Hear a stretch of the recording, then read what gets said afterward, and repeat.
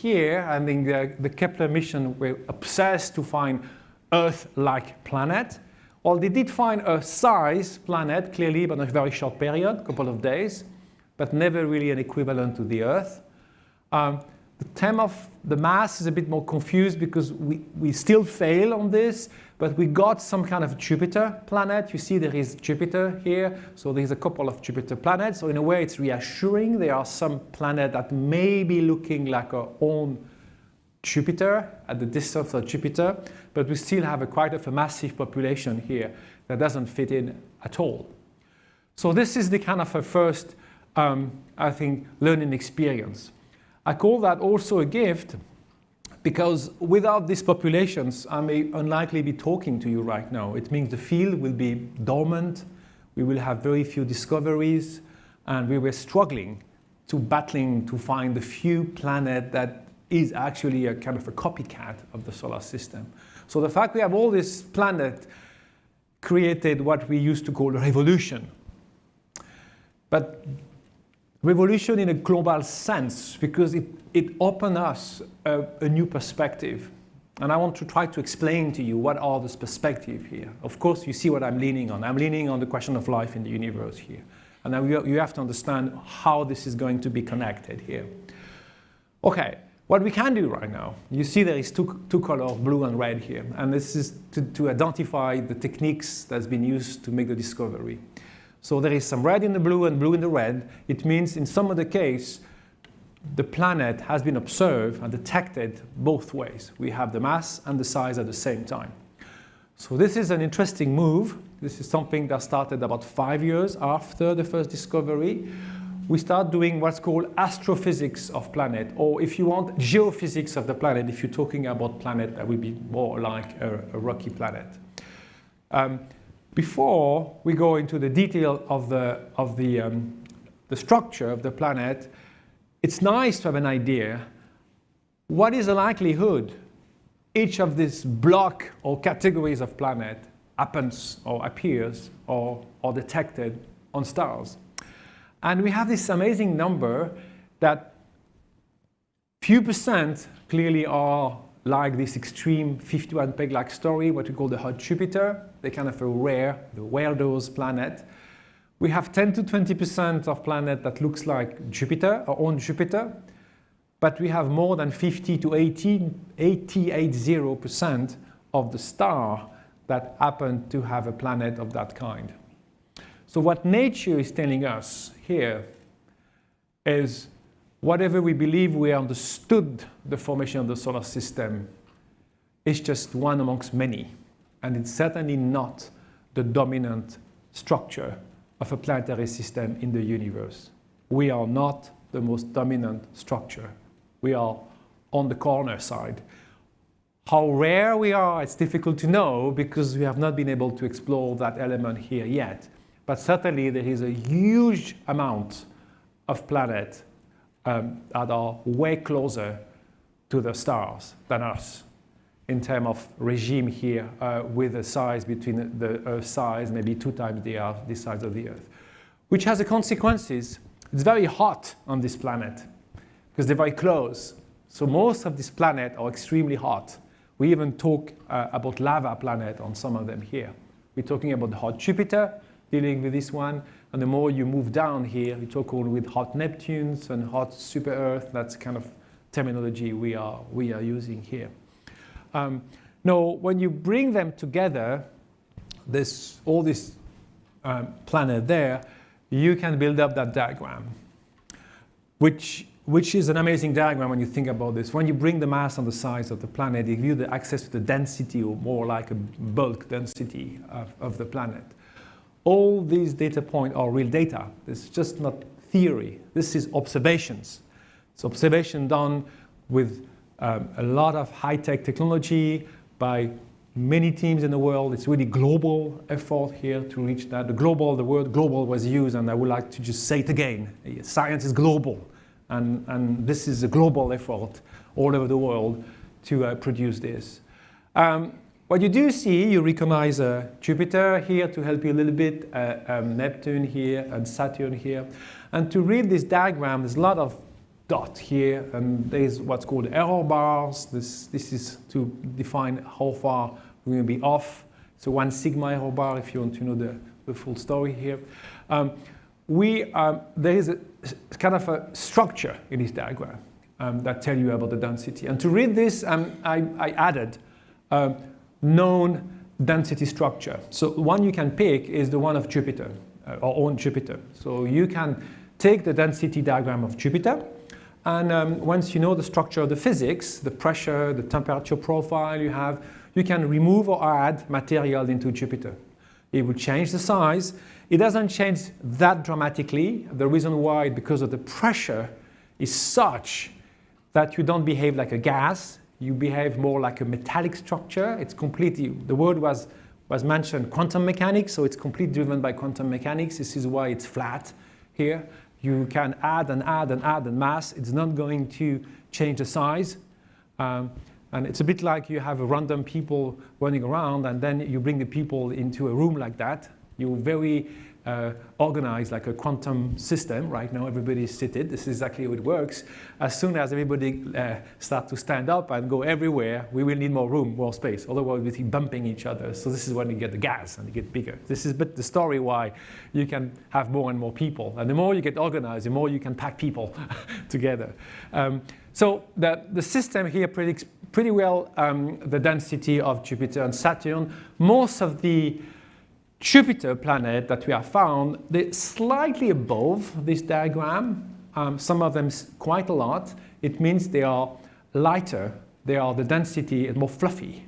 And it's very likely because they're hot. So you have to imagine most of the Jupiter, they're hot. They have a high temperature on the outside, so they don't really strictly follow the structure of Jupiter. The exact understanding what's going on is it's not understood, but there's certainly something in the nature, the physics of the upper part of the planet that is modified. And you can get a Jupiter mass object but then with the size about 2 times, this is log scale, 2 times larger than Jupiter. Remember, it goes to the cube, and if you have to account for the density. Now, when you go down this line, you reach the mass here of Neptune. So you clearly understand that the structure of Jupiter doesn't produce Neptune. And for good reason, because Neptune is quite often seen as a failed giant planet. In a sense, when you have the build-up of the planet reaches a maximum size at a time when there is no more material around that you can grab and keep the growth of the planet. No more food for the planet to be built. And that the food missing in Neptune is the hydrogen. Because the difference between this and that is there is way more hydrogen into Saturn and Jupiter. So this is why you grow bigger. Neptune never reached that. There's a little bit. It's much more denser. This is why it's sitting here. So there is this kind of artificial planet that we call a water planet. So if you use water as an element, you make a planet with that. You cannot really make only a planet of water, but to give you an example, water is quite used because it's well understood. Water on a very high pressure, very high temperature has been studied essentially thanks to the work of earth scientists, because water is inside the earth everywhere, and they need to understand the pattern of water to study the earth. And you can make a planet entirely to water. It would be a very weird planet because the core would be kind of icy hot water, and we have huge oceans and with different densities, so it would be quite awkward. But that's what it would be, and you clearly see there are planets sitting in this regime. We have no idea how they are exactly, but we know that they may be water world in a sense, or maybe a mixture of everything.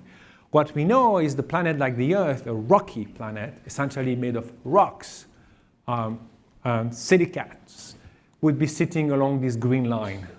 1 Earth mass, 1 Earth radius here. And we do have planet detected within this regime. So what is fascinating on this diagram is, as of today, we have planets that we guess may look like the Earth in terms of density. We also have planets we have a mass which is not far from the mass of the Earth. Let's take 3 times the mass of the Earth here, that have a complete different structure. You can move up here, and even some with extremely fluffy. So the simplest idea, when you get a small planet, you get something like the Earth, is not true. in the process of making the planet, you can end up with a different structure depending on the history that is making this planet. And that's a bit where we are already right now. And it's expanding the concept of how it corresponds with a given mass or given structure into what the planet is exactly. Of course, it opens plenty of questions. If it's not exactly like the Earth, how does it look like? And that's a very good question, actually, to find out this. So to move forwards on this, we can do more than just getting the mass and the size of the planet. Well, the reason why is the fact there are a substantial number of planets on a short period increase the chance of this configuration, which is called a transit. If the planet is close, if you just look at the system the right way, you may be just at the right angle where between you or your machine and the star, the planet is crossing the line of sight. And it creates for a brief moment a signal. Actually, there is two signals that you can use. The one where the planet is in front, that we used to call a transit in astronomy, and the one where the planet is behind, that we used to call an eclipse. These are two very specific moments, and we are using these two moments in a very intensive way right now. And I would like to go a little bit in more detail because most of the publication you are seeing these days, and you will see in the next 20 years, will be about that. The reason why is because we are building, or we have built, and we are operating, I say we, the astrophysical community, the biggest equipment in the world right now to do that. One of them is the James Webb Space Telescope. It's doing exactly that.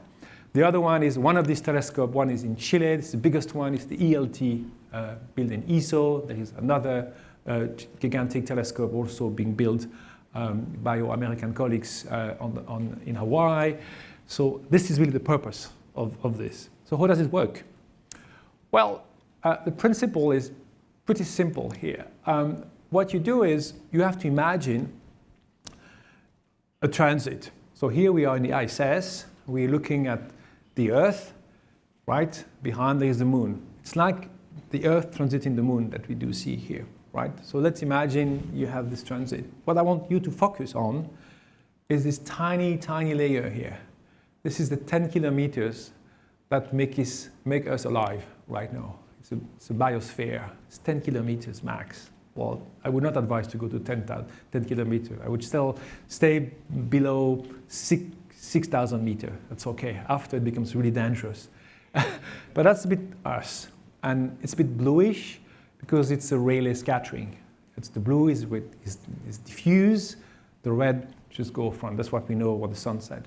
Well, if I take the very same picture at the very same moment with another wavelength, so I look with another color, I go in the infrared, which is something the spy satellite love to do, they don't see the atmosphere anymore. They just see the surface of the planet, which is the purpose of this satellite. So have a look at this exactly in detail, and this is moving in the red. You've seen the distance here has changed a little bit, so the planet looks smaller, actually, when you look in the same event, the same planet, in the red. Actually, this one is 8 micron here. So I can pick up my color, my wavelength, differently, and I can be a little bit of a trick. I go slightly more in the red, in a wavelength which is sensitive to molecules, which is an essential molecule for us, which is ozone, because ozone is protecting us from the UV radiations that would essentially destroy the DNA if you're just left without the ozone. So this is now a picture with a wavelength that is sensitive to the ozone and reacting to the ozone. Is there. It's bigger, 50 kilometers. So you've seen here the change into the atmosphere. So what I'm trying to tell you here is, depending on the color you're looking at a planet in the transit event, because the transit is detecting a size, you're seeing a planet with a different size, essentially. And this size can be then transformed into a composition of the atmosphere of the planet, following the same idea. And you may have seen this picture from the James Webb Space Telescope some time ago, which is one of the very first pictures, when they look at a transit at different wavelength, color, This is the wavelength, visible, and this is the infrared. And here, amount of light blocked. So it gives you essentially the size of the planet. So the planet has a different size depending on the wavelength you're looking at it. And you get this ups and downs, ups and troughs, you get all this, and then you can then work backwards on that and trying to fit in what is the structure of the atmosphere that is matching that observations of the change of the size of the planet according to the color. This is how we can tell you what is the composition of a planet without going there. Even if the planet is 50 or 60 100 light years away, if the planet is transiting, this is how we're doing it.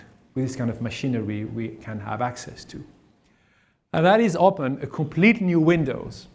So when you think about that, I mean, we're talking about planet on another star, we're talking about planet, we can get the mass, we can get the size, planet like the Earth possibly, rocky planet, planet for which we can observe the atmosphere of the planet. Wow, this is quite amazing what can be done. And this has happened in 30 years. So 5,000 years to build up the understanding of the solar system. And this amazing acceleration right now, or trying to fit it in, how the solar system can be compared with all these different systems. Now, we can do more than that, because when you look at the system in transit, actually you look at the light, the combined light from the planet and the star together.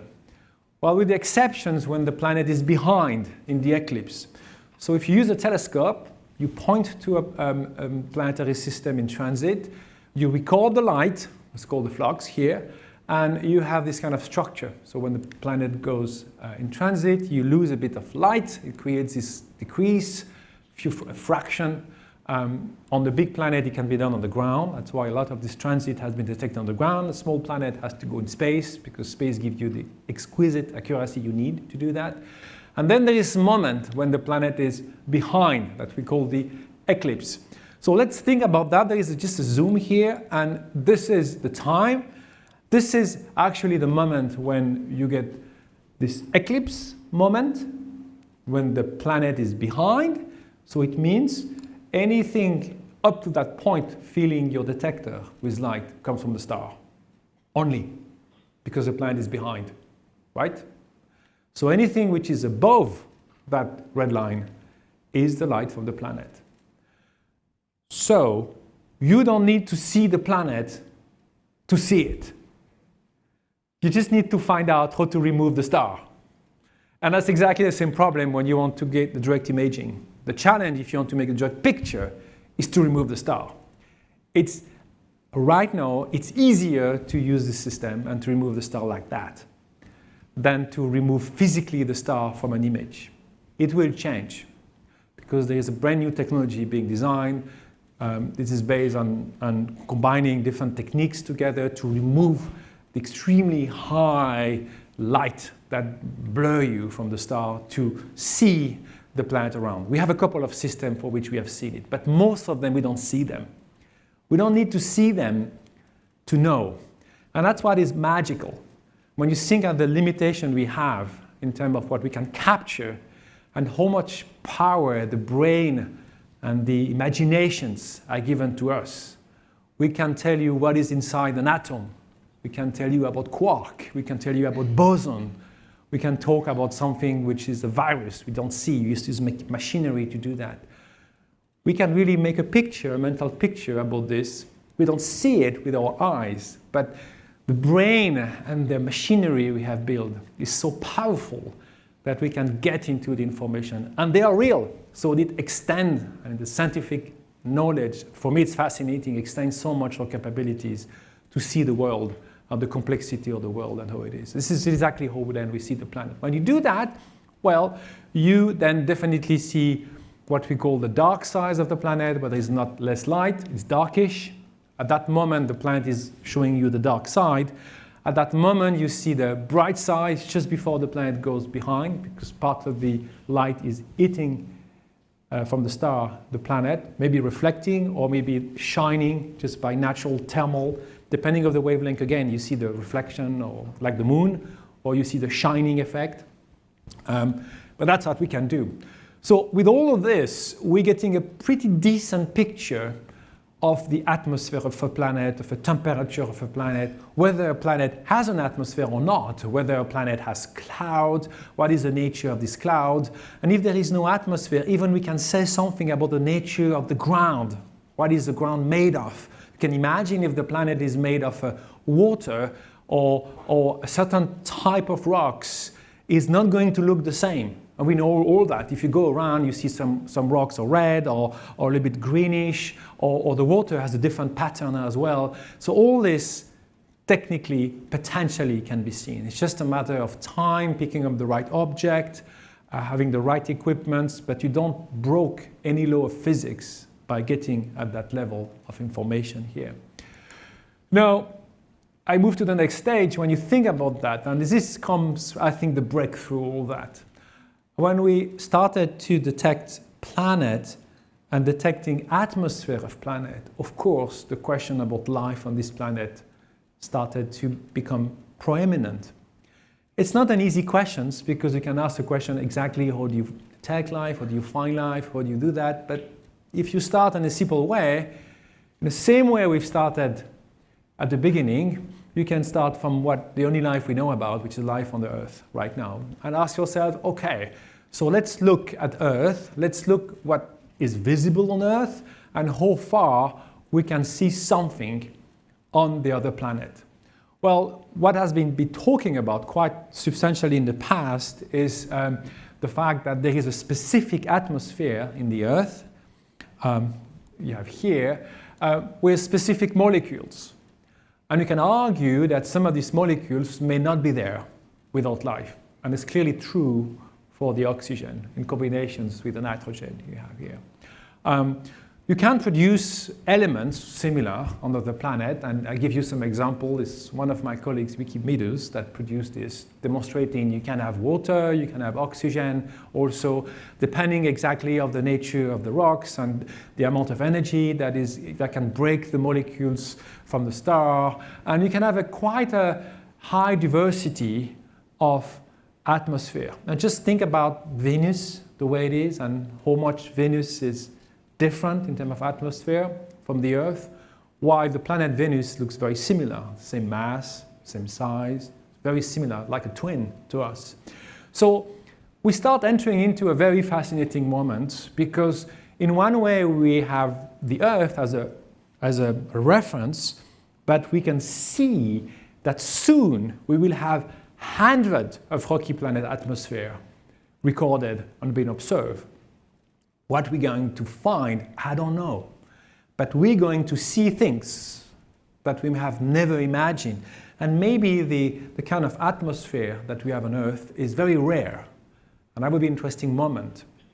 And I keep telling that this rise of oxygen that happened 2 billion years ago due to life, what's called the great oxygenations on Earth, makes us very special.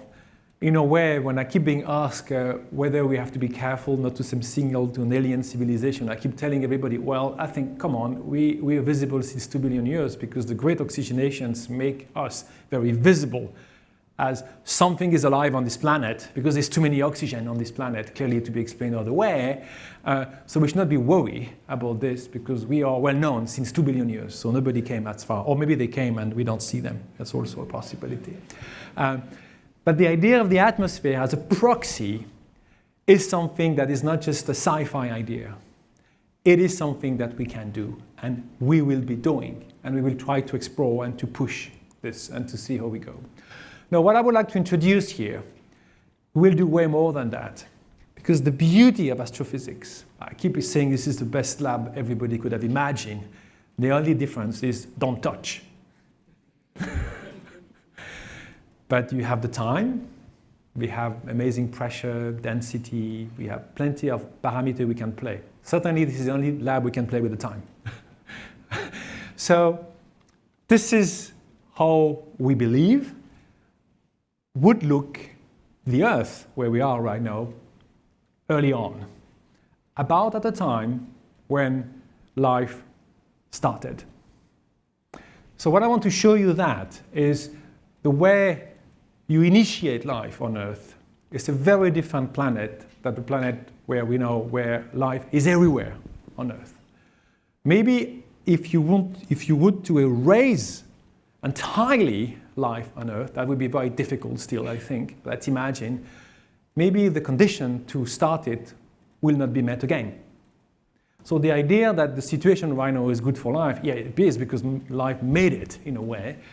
But this is the moment when everything started. And we know about what was happened at that time. We know what is around, CO2, nitrogen, we have the volcanic activity, a lot of infall from comet, maybe a lot of cyanuric acid, HCN falling in, a lot of stuff, very interesting stuff. And this moment is the key moment for understanding origin of life on Earth. The problem is everything is gone forever because there is not a single trace of that. And life as we see it today is the output of a long process of evolutions. What is the element from the very origin that you have into life right now? So you can argue possibly the amino acids, something like that, but how far can we really connect to the simplest form, simplest element of life? It's very difficult to answer these questions.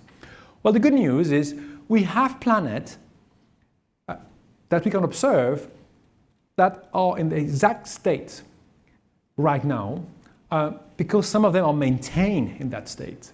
We call that the lava planet. We call it all these planets that are too close. They are rocky, but they're too close to be like the Earth. But they certainly are like the Earth at the very origin of the Earth. So you see where I'm trying to tell you right now. I'm trying to show you that the fact we have this diversity of planets is maybe an opportunity for us to use the universe as a lab. It's like playing with the parameter of the Earth. Let's change the parameter of the Earth. Let's go back in time. Let's see how it looks like at the time when the temperature was different. It was much more lava planet, much more volcanic activity, much more infall, and so on and so on. And then see what we get. What kind of atmosphere do you get? Could you compare these different planets? Could you learn something about the nature of this planet? Could you understand something about the exact compositions of the structure of this planet? And that can be done. It can be done, but just don't touch. Just observe and look at as many stars you can do. Well, the good news is there is more than 1,000 billion stars in the galaxy. Well, we're not going to do the 1,000 billion stars, but there is plenty of stars, and it happens to have plenty of planets as well. Because this is one thing to remember about planet discoveries of the past years, is there's clearly planet on any stars. The question is only what the planet looks like. And that is just a matter of time to explore all these systems. So that's a very interesting moment when we're going to push and we're going to make progress. Now, in a global scale, we're going to do something which is getting closer to what Earth scientists are doing. So Earth scientists are quite familiar with this kind of picture, which is the way to express how the Earth has evolved in the past 4.5 billion years. So you start here, it's like a bit of a clock, starting here, and you go around until you're here.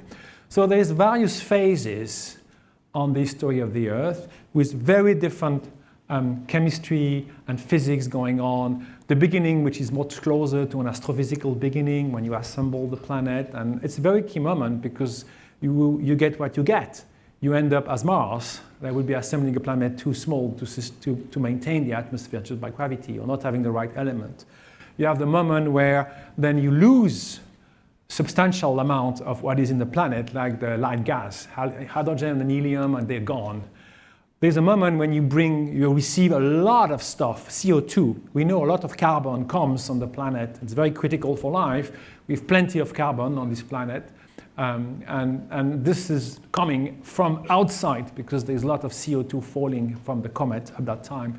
So a lot of stuff is going on. We expect to have extremely CH-rich atmosphere at that moment. There's some element on that. And then you kind of cool down the planet. you end up with an atmosphere of CO2, full of CO2, and thanks to the volcanic activity, the recycling activity, the balance between the CO2 level and the other gas start to get started. And then at some moment, you have here the beginning of life, so the prebiotic, the condition that enable life, and this is completely changing. Essentially, a lot of the gas we have been processed by life right now. Though the oxygen that we're breathing right now have been processed by life, and that's not being processed by a star. That's really how it works here. So how do you do all that? How do you make a sense of that? The problem is anything below that level is gone. But you have planets that you can relate to a different stage. We can predict specifically each of these different stages with how the atmosphere would look like from an astrophysics perspective. We create this kind of spectra, reflection spectra at different stages, the Archean Earth before life, the Proterozoic Earth when you start having life here, and then the modern Earth like that. You see that the structure of the atmosphere is very different. You have a lot of water, oxygen, CO2 here, and then a lot of different kind of element at that stage early on. So the hope here, we are going to do that, and I hope I convince you that we can do that with the technique I was describing on plenty of planets.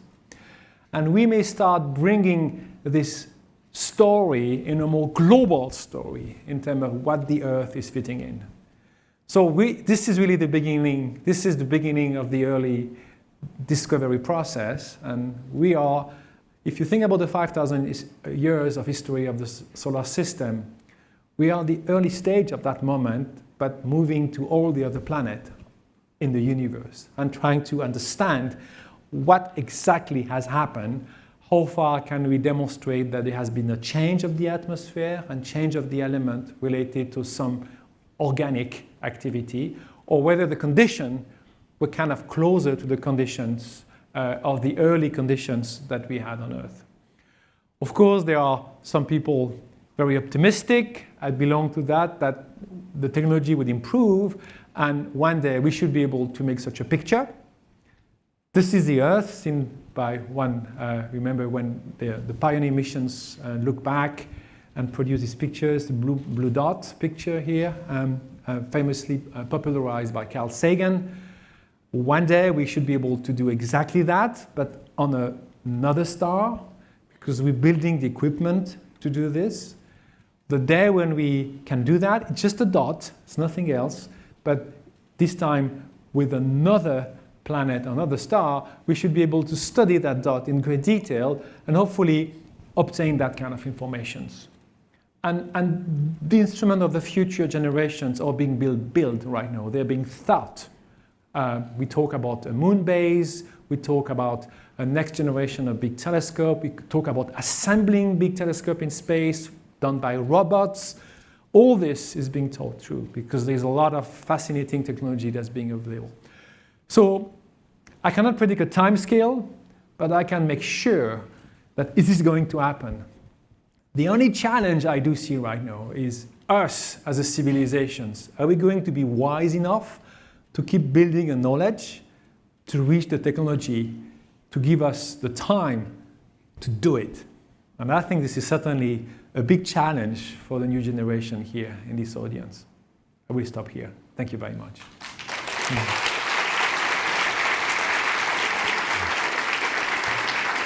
Thank you, Professor Queloz. It looks like we can also expect to uncover extraterrestrial life in the near future. Right, I'd like to invite you to please take a seat for the plenary discussion. And at this point, I'd also like to invite Professor Tan Ming Chuan, who will facilitate the Q&A. Professor Tan, please. Thank you. Thank you very much for the very nice talk. I've learned many things myself. I'm also a physicist, high energy theorist, and I agree with your viewpoints that the universe is our lab, and that astrophysics is the way to go to verify many of our high energy theories. Because on Earth itself, we don't have at present some technologies that can reach the energies that we wish to see to probe the smaller elements of matter. But if you look into the stars, into the sky, into the universe, you can actually do that. So I'm really looking forward to seeing what new developments we can have in this area, and I've learned many things today myself. Okay, so I guess we shall go through the questions. We have quite a lot of questions. We can't possibly answer all. We would like to have a mix, some questions that are online and some questions they can ask on-site. So please feel free to ask questions on-site. I always tell my students this, no question is a bad question, because it is in asking anything that you've discovered something. Okay, so please feel free to ask questions on site if you wish. All right, so the first question that we have. Okay.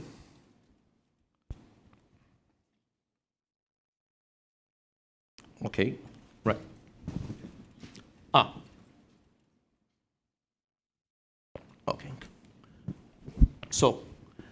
Okay. So first question. What do you think could be the key enabler technology for the next paradigm shift in exoplanet study? Well, I think the long-term future is in the space, for the reason that the main emission of a planet like the Earth is in the infrared, and you don't reach the infrared on the ground. You really have to go to space for that. So any space development that will enable any technology that enable to do that, and we're considering right now combining telescopes together in space, maybe building equipment in space. The challenge in space is fighting the gravity to lift off from the Earth. So there's a limit in size what you could do.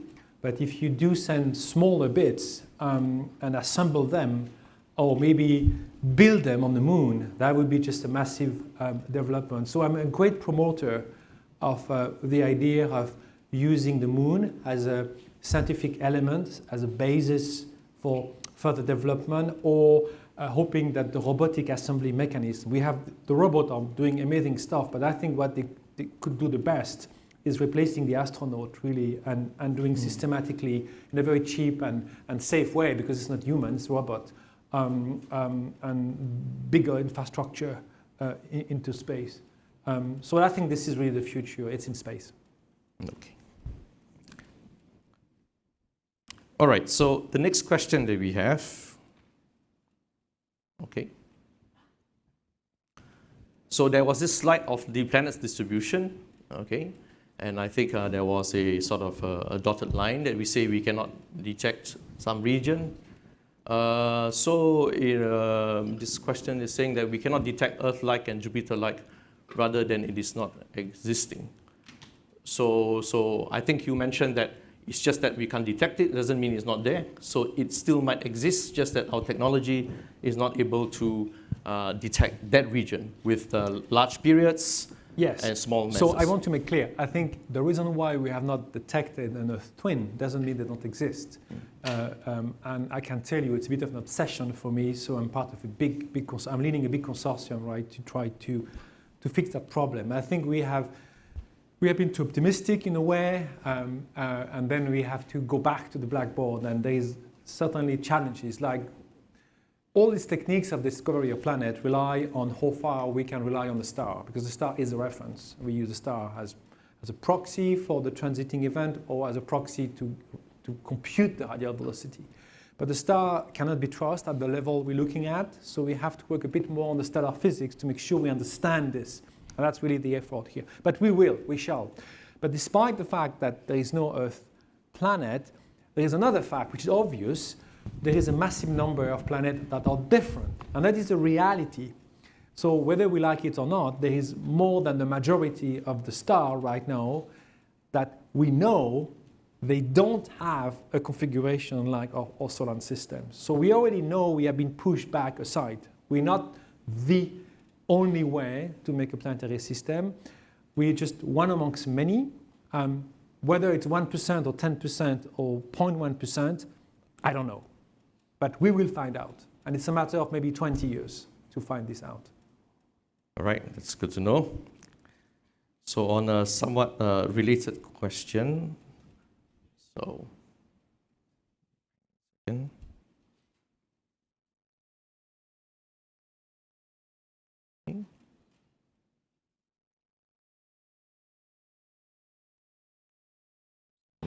yep. this one. Okay, what makes it so difficult to detect small and light planets with long periods? So that part of the graph where it's empty, yeah. Well, you know, it's interesting.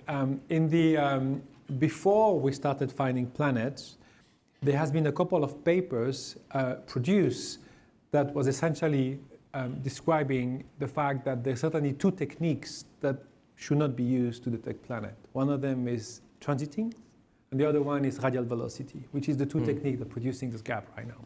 The reason for that is because they are poorly efficient to detect long period system.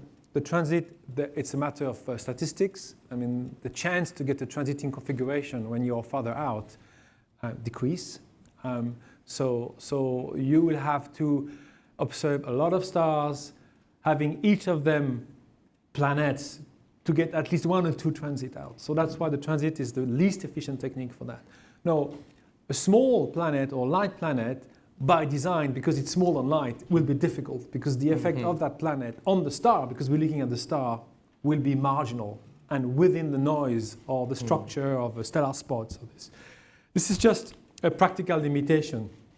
That's why people dream about other technology like direct imaging or more global motion discovery like astrometry, but still, you still are facing other problems. So what, on one hand, you lose on one, you will get other issue on the other one. So it's still, anyway, a planet is very common, but you have to remember, Jupiter is 1,000 times less mass than the Sun. And the Earth is even 300 times less massive than Jupiter. So it makes us very small in terms of mass. And the size of Jupiter is 10% of the Sun, and we, Earth, have 10% of Jupiter. So we're talking about a 1% size difference compared to the Sun. So imagine this is the Sun. You take 1%, which is maybe 2 fingers, so it's the size of the Earth. In terms of mass, there is a difference of 300,000, which is huge. So it's completely insignificant in terms of astrophysical element, but is so significant in terms of space or place when you can develop life. This is why people are so fascinated by the planet, because you need a planet to develop life. So the long period also means that the transit, I mean, it's harder to catch it because it takes a long time to come back. It's just the likelihood that you will be strictly aligned. So the longer is because the orbit can be in any directions. So it's like you want to aim at a target with an arrow. If you're very far away, the chance to aim at the center will be, if you go random, will be very little. So it's just the probability of happening, having a transit. Right. In addition to that, it's less frequent, so you have less data. You have everything is playing against you. Right. Okay. Okay. So next question we have here. Okay.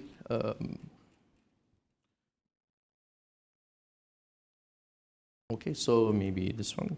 Do you think that during the formation of the planet, the gases necessary for life escape due to insufficient gravitational pull of the planet? Oh yeah, plenty. I think we don't have any more helium and hydrogen on Earth, and we have to make it. If you want to make it, you just leave.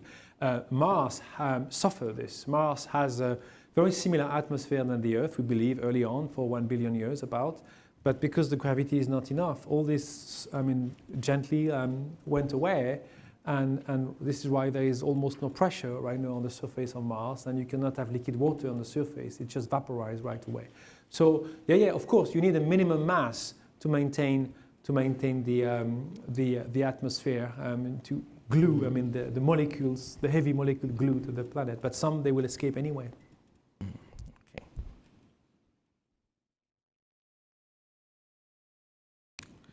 So another very interesting question. Can we predict how Earth will die? And how are all Earth-like planets elsewhere like? Well, Earth doesn't really die. Earth is not alive. So, die is more something you would use for something alive, I would say. You can predict what is the future of Earth as a planet. Well, not much will happen until the sun will reach the end of this burning phase for the hydrogen. So at some point, lacking hydrogen at the core of the sun will force the sun to expand and will go into a phase that we call expanding phase and red giant phase that would engulf all the planet at least up to the Earth. So the Earth will be engulfed into the sun, and at that point will likely to be vaporized entirely, and that's it. It's in 4 billion years, so I think we have way more to worry before that time. Well, yeah, we will be long gone. Well, just remember, our species has barely 1 million years, so I think we are just insignificant on that time scale. Okay, we have time for just maybe one last question, which is, okay, so would it be possible for mankind to live in Mars or any other planets in the future? Well, I think it's just kind of this. It's kind of very popular these days to have these discussions. So my take on that is very simple. If you leave Earth, you die. You die because as a species, we're not designed for that. We have evolved with this planet. We're designed to survive on this planet, and not everywhere. If you go into the oceans, you die because you don't have the right element to survive. So we are very fitted for this planet for good reason, because we are the outcome of a very long evolution. So if you bring humankind on Mars, you die. Well, what you could do is you can trick and create a new species. So it's certainly we can do right now. I think potentially we have tools to do that. We can maybe genetically modify ourselves. I think the scorpions are better resisting to the radioactivity. So maybe we can create a mixture between scorpions and humans that will be able to go Mars. Scorpion man. We can certainly imagine developing, but that's not us in terms of species. I think in terms of species, it's all the concept of our own evolution. So should we then thinking about the evolution of our own species and selective evolution of our species? So it's a very fascinating question right now. I mean, this is real. I mean, we have this potential. Tomorrow, I mean, a lot of people are now working on the origin of life. They may be doing from the lab what has happened early on Earth. I mean, it happened on Earth. There has been some chemistry going on there. It's just find the right recipes, and you go. You create life in the lab. So you can imagine you create something alive that you can combine with the own species. And I mean, this has happened for almost 3 billion years, more than 3 billion years. I mean, this evolution of life, optimization of it. So I'm not a great fan of Mars. I think certainly spending resources to go to Mars, scientifically speaking, is interesting. But the idea you will create cities on this, I think it's just ridiculous. We should just spend the money where we need it, which is on Earth right now, and fixing the system on Earth. There's a lot to do, I can tell you.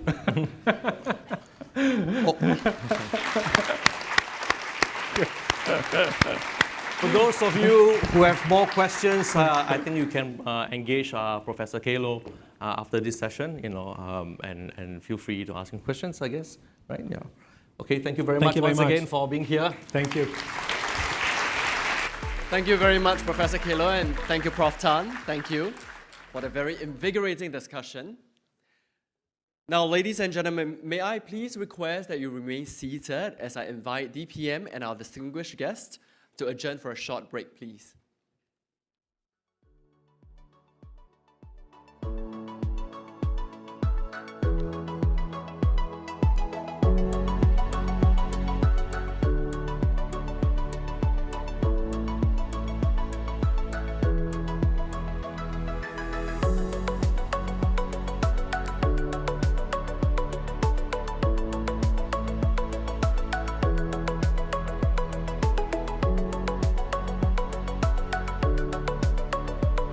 Right, ladies and gentlemen, thank you very much for your patience. Now, there is a series of exciting online engagements with our local researchers during the various breaks. The first will be by SCELSE, titled SCELSE's Impact on Global Issues, and will commence shortly at 10:30 a.m. So do join us via our Give Me platform. Now, at the same time, once again, ladies and gentlemen, please follow us on social media for updates on the GYSS. You can search us at gyss.sg on Facebook and gyss_SG on Instagram and Twitter. Be a part of the action by tagging us and using the hashtags that you see on screen. Now, Professor Kobilka's plenary commences at 11 a.m. sharp back here in this theater. So in the meantime, please enjoy the short break, and the refreshments are provided in the foyer just outside of this theater. So do take the opportunity to network and exchange your pins. See you back here. Thank you.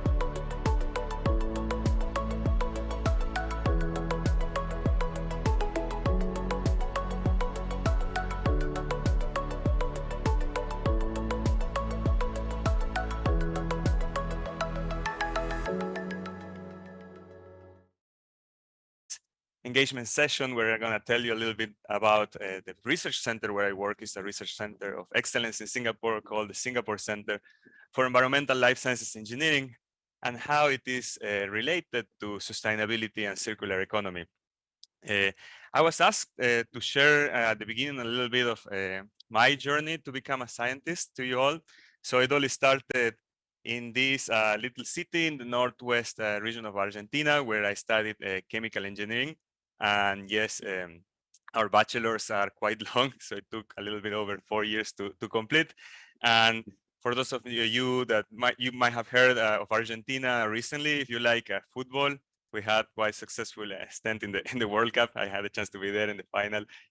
Amazing. And after becoming a chemical engineer, I moved to Buenos Aires. That's 1,500 kilometers away from Salta. And I worked there as steel making process and operation engineers for 5 years. And afterwards, during that period, I also got the chance to work for a couple of months in Mexico as part of that experience. But then I decided to have a career shift in order to have study something that would put me more in contact with sustainability and environment. So I got a fellowship to do a master's.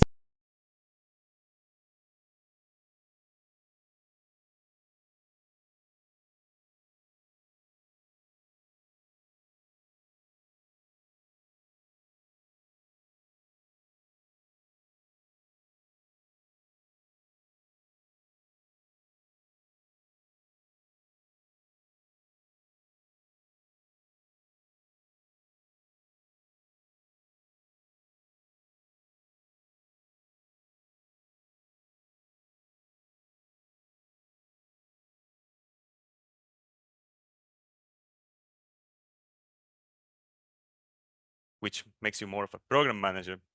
But overall, what I want to share with you is that I had this career shift from steel making, which is totally unrelated to what I do now, which is wastewater treatment, microbiology, molecular biology, microbial ecology, and maybe will resonate with some of you. Some of you might have gone through a career shift, or maybe some of you will have a career shift in some time. And I think that's great. You have to keep an open mind, and I think it's quite an enjoyable journey.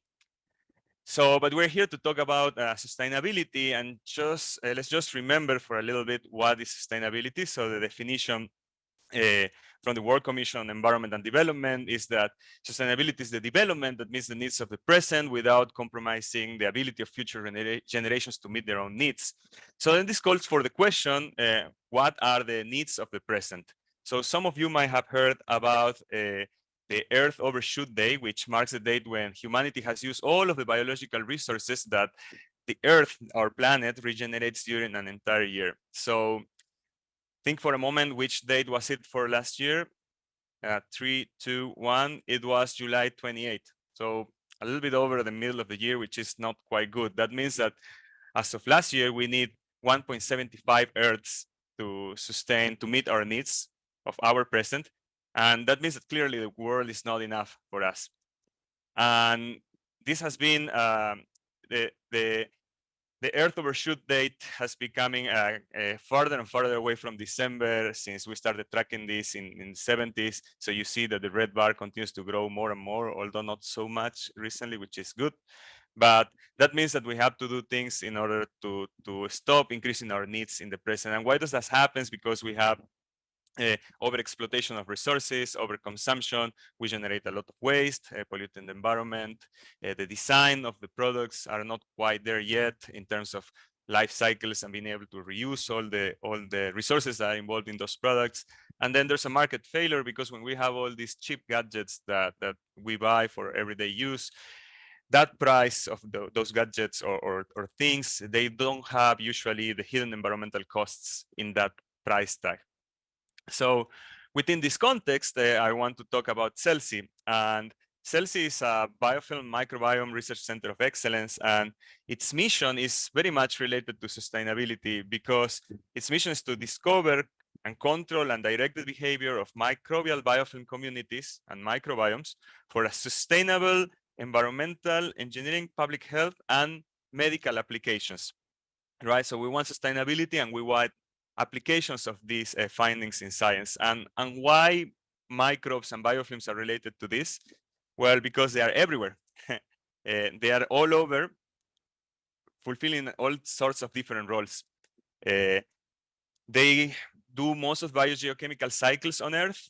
They're an integral part of biological wastewater treatment. They can be used also for bioremediation. They're also inside ourselves, like we are holobionts. We have a lot of microbes. Actually, the latest numbers are that we have as many microbes inside us as we have cells of us. So that's how important these guys are, and that's why it's important for us to understand them and study them, which is what we do in SCELSE. And we recognize that biofilm is the preferred form of life that microbes use on Earth. So it's basically the microbes. Let me see if I can put the pointer. So it's basically the microbes plus the slime, which is these extracellular components that they segregate to build this type of structures that give them all sorts of different benefits. And then, of course, this is related with, as I said, with a lot of applications. And these applications are related to the Sustainable Development Goals, which is the world's agenda to try to tackle the different sustainability issues that we currently have by 2030. So in SCELSE, our research and development activities are trying to enable sustainable outcomes and translational opportunities, again, related to applications across multiple ecosystems and different types of systems. We talked a little bit about water treatment, but there's also the whole urban water cycle. We have research related to air microbiome, microbiomes in marine systems, plant soil ecosystems. There's some research studying sea turtles and their biodiversity. We have research related to host microbe interactions, people studying the gut microbiome, for example. There's a lot of research in Microsoft Public Health related to food production, bioprocessing, biotechnology, and then even the effects of that biofilms can have in problems like, for example, biocorrosion, which is the most expensive biofilm problem worldwide currently. And these are some examples of the research activities that we do that can be related, for example, with public health. We've done a lot of research in pathogen detection and surveillance, for example, surveillance of COVID-19 related virus, SARS-CoV-2, in air and in wastewater. We collaborate with local agencies in Singapore, but we also collaborate by delivering research that is available worldwide. So we also have research where we try to improve the yields of crops because the roots of the plants have a lot of microbes that provide them a lot of benefits, like, for example, fixing nitrogen, making phosphorus bioavailable. We have work related to aquaculture and poultry production. I'm going to talk a little bit later in this presentation about novel protein production, which is the project that I work as a project manager in. This is also related with circular economy. But again, many different applications where microbes are involved are explored as part of our, and researched as part of our work in SCELSE, including, for example, trying to find next generation antimicrobials or fighting antibiotic microbial resistance. Or, for example, plastic pollution. We also have researchers that work on microplastics in the ocean or development of biofilms on plastics, the degradation of plastics, and so forth. So you can ask me if you have questions about any of these, you can ask me later in the Q&A session.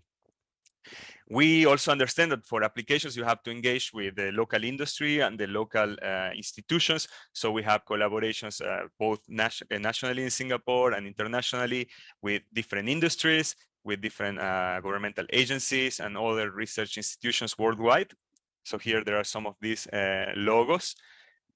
And we also founded a couple of years ago the Singapore National Biofilm Consortium, which is an effort to try to foster this relationship between the research that we do in the academic institutions and the companies or institutions that actually have the problems that need to be solved and can benefit from this interaction with us.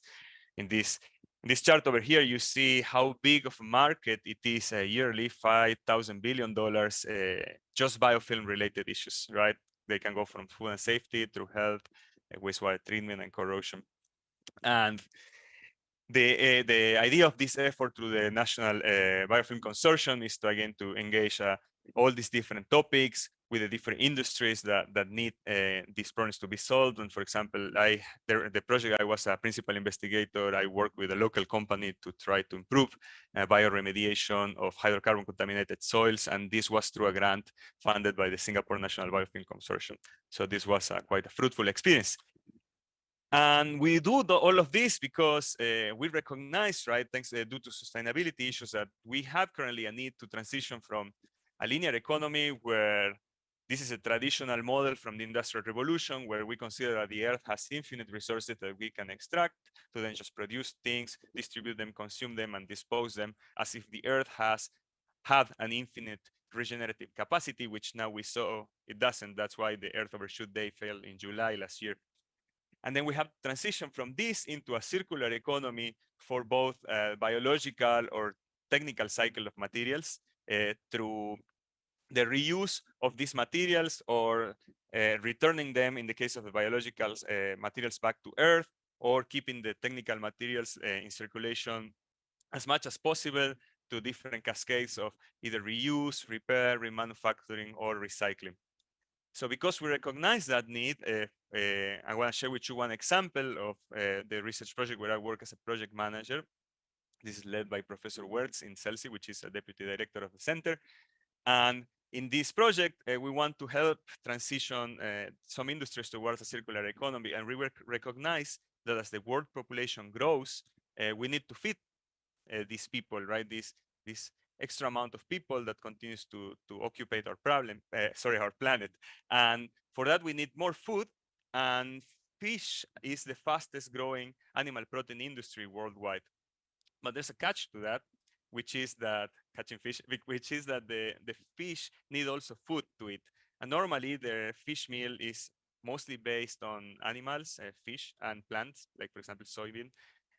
And that is unsustainable on the long run. So we need to have sustainable alternative feed sources, and this can come from advanced resource recycling technologies or alternative resource recycling technologies, and that's the core of our project. We want to recycle food processing wastewaters. So these are side streams from the food processing industry that, for example, here in the case of Singapore, we mentioned the soy processing and beer processing markets, industries, but many other industries have side streams that, which means that you have a stream that has nutritional content, not necessarily a high containing contaminants. It has a high nutritional content, but it's not needed as a main part of the process. So that's why it's normally disposed, which means that you pay an economical cost of treating it and also the environmental cost of doing that, because you will generate more emissions that will be put into air, or you will generate some cells that then need to be digested or landfilled. So because we recognize that, we want to take these wastewaters and provide some conditions of fermentation where we transform those into microbial protein that has a high nutritional content and all essential amino acids for fish, and use that as a partial replacement for aquaculture fish meal, which is, as I said, the fastest growing animal protein industry in the world, and also very important here in Singapore. This can help meet a variety of different sustainable development goals, like food security, clean water sanitation, reducing waste, having more sustainable cities and communities, and it's also part, of course, of the Singapore Green Plan for 2030. So as part of this research, we have found a number of things, like, for example, that food processing wastewaters can actually support microbial growth and protein synthesis. So here I'm showing some of the work that was led by a PhD student, a young scientist like many of you all there in the audience. Fun fact, he's getting married today in India, Beta, so congrats to you on your upcoming wedding. Tonight is going to be. And we also found that this can be done via a mixed community approach, which is actually good. Normally, fermentation is done in actinic conditions, which means that you have one organism and you try to keep that system uncontaminated. So that's very expensive. But then we're doing it via a mixed community approach, which means that it's more cost effective, and it also has a series of additional benefits that, if you want, we can discuss later. So we provide conditions for these wastewaters. In the case of these pictures, are soybean processing wastewater. So this is from the soaking of beans. Is a part of the process when you do tofu. And then these waters become waste but it's actually a side stream that could be recovered because they're very nutritional. I mean, they have interesting nutritional content. So we use those as food to grow microbes. So this powder over here is actually microbial cells that they were freeze-dried in this case. And then these microbes have all essential amino acids that are required for growing aquaculture animals. So we took those and actually did a trial using Asian sea bass fingerlings. So this is a very important type of fish for local aquaculture, which is part of the local cuisine. And these fish were able to grow as well as they did with traditional fish meal, which is actually very encouraging results as part of our research, which is still ongoing. And further, we also tried that in shrimp. And then this research is currently ongoing, but so far we have very interesting results. We're also scaling up the production of microbial protein through collaborations that we have in URI, which is another research institute that is located in NTU. SCELSE, the institute where I work, is shared between both NTU and NUS, which are the largest universities in Singapore. And here you can see that this reactor is very big, it's 100 liters, and we can produce way more amount of microbial protein there than in the tiny reactors that I showed earlier. And these are collaborators in Aquaculture Innovation Center that are leading the aquaculture trials because they are experts in that particular field. So to do this kind of research, you need a strong multidisciplinary team, and to be able to work on that, you have to keep up an open mind and be curious, because you have people coming from different fields with sometimes very different views on similar topics.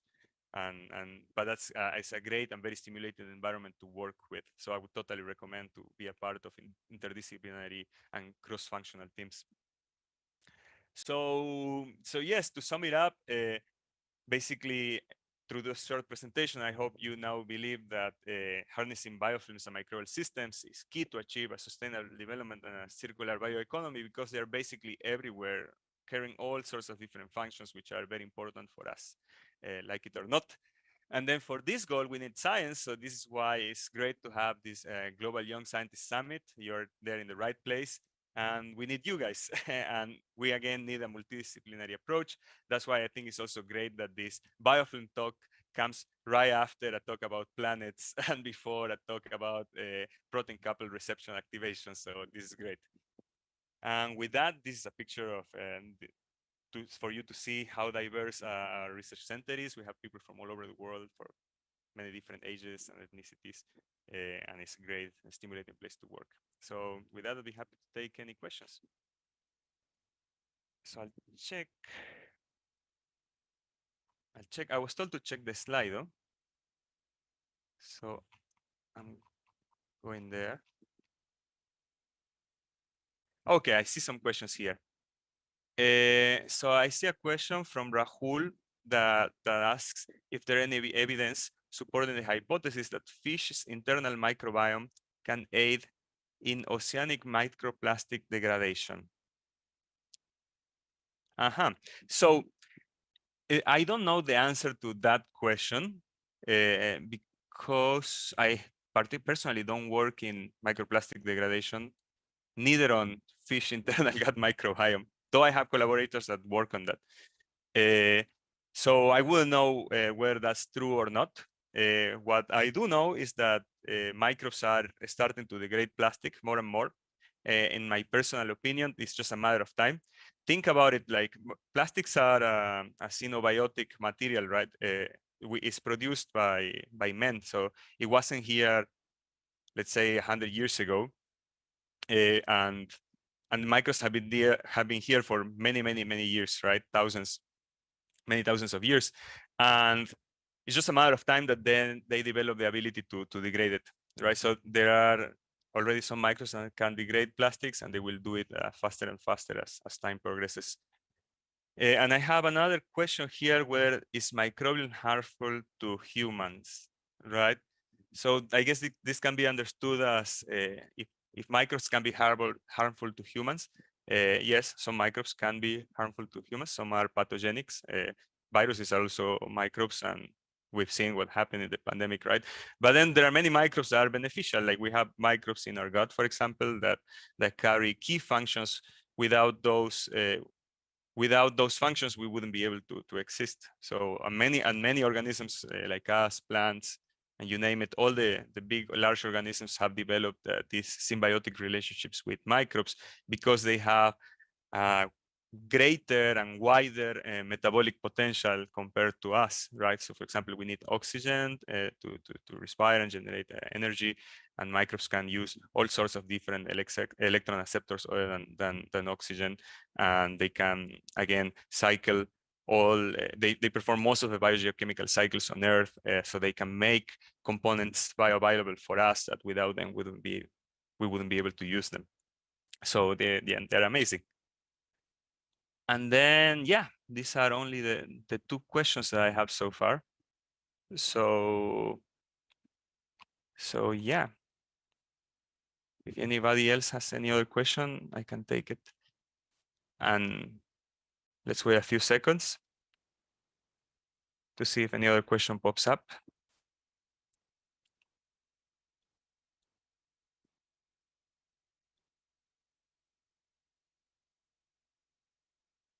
All right. Okay, so then if there are no more questions, thank you guys for your time.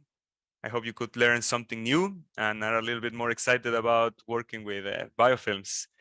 And yeah, I hope you have an excellent summit, and I'll see you around.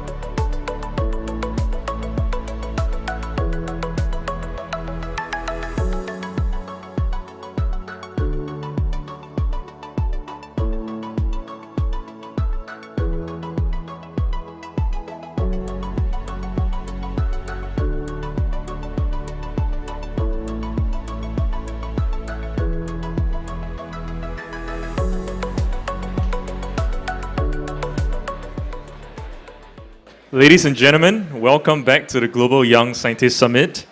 My name is Preston Ching from the National Research Foundation, Singapore, and I'll be your MC for the rest of today.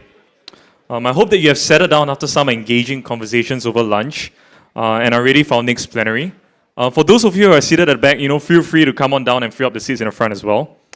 So without further ado, let's welcome Prof Brian Kobilka to talk about structural insights into G protein coupled receptor activation. The Q&A session will be moderated by Prof Van Antoine. Prof Kobilka, please. Thank you. Thank you.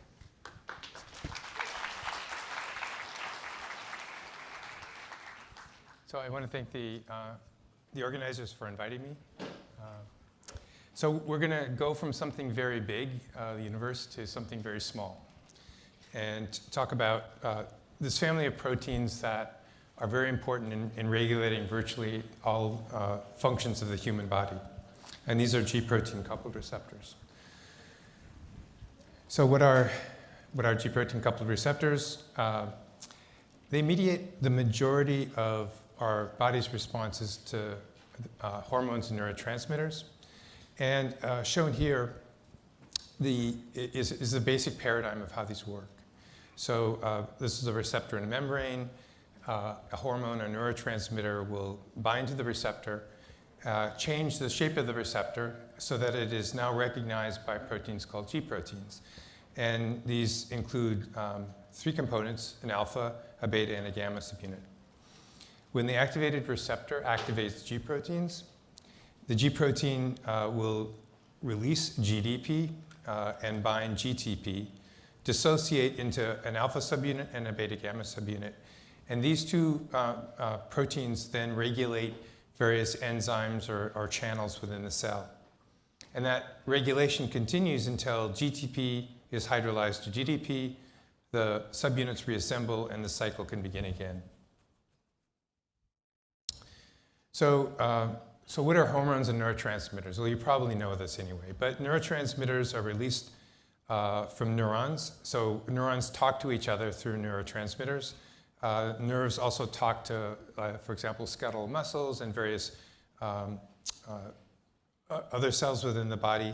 And examples of neurotransmitters that are activating GPCRs include noradrenaline or dopamine, serotonin, glutamate, endogenous opiates, as well as heroin and fentanyl, and endogenous cannabinoids. So these are all examples of neurotransmitters that activate G protein-coupled receptors. Hormones, even more. And hormones can act locally, where, for example, cells from the immune system release various hormones that modify the function of other cells in the immune system. And they can also be released into the bloodstream and then affect cells at a great distance. And examples of hormones included histamine, adenosine, prostaglandins, and angiotensin and glucagon. These are all examples of hormones that work through G protein-coupled receptors. In addition to mediating hormones and neurotransmitter responses, they mediate the senses of sight, smell, and taste. There are over 800 members in this family. So it's the largest family of membrane proteins in the human genome. So here's the family tree.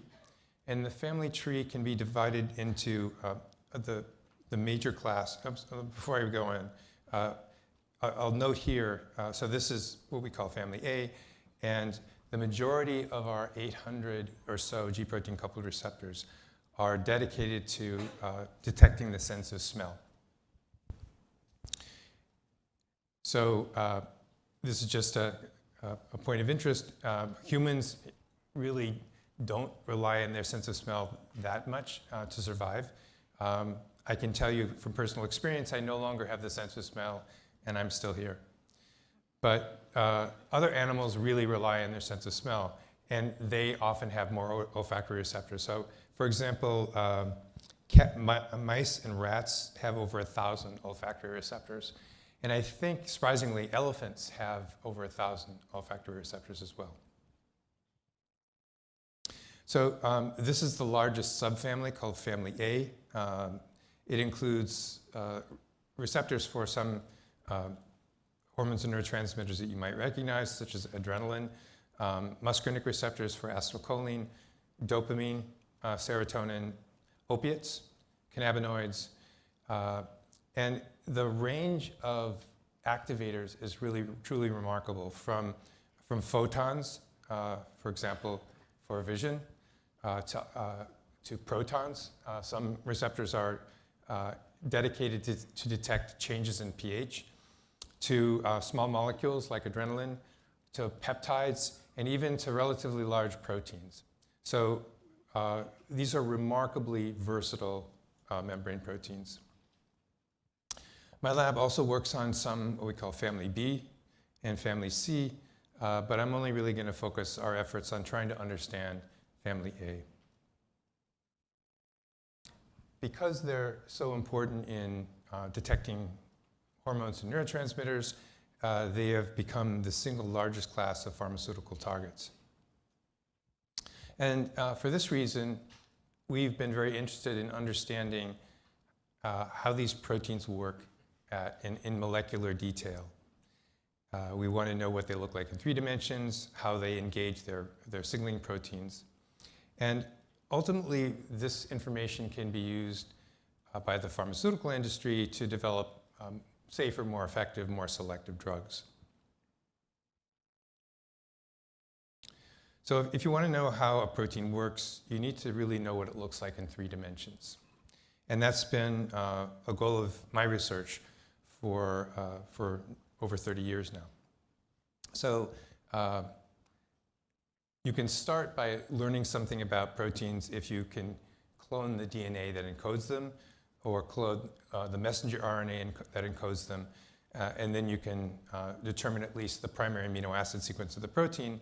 And in some cases, if you just know the primary amino acid sequence, you can ultimately determine 3-dimensional structure.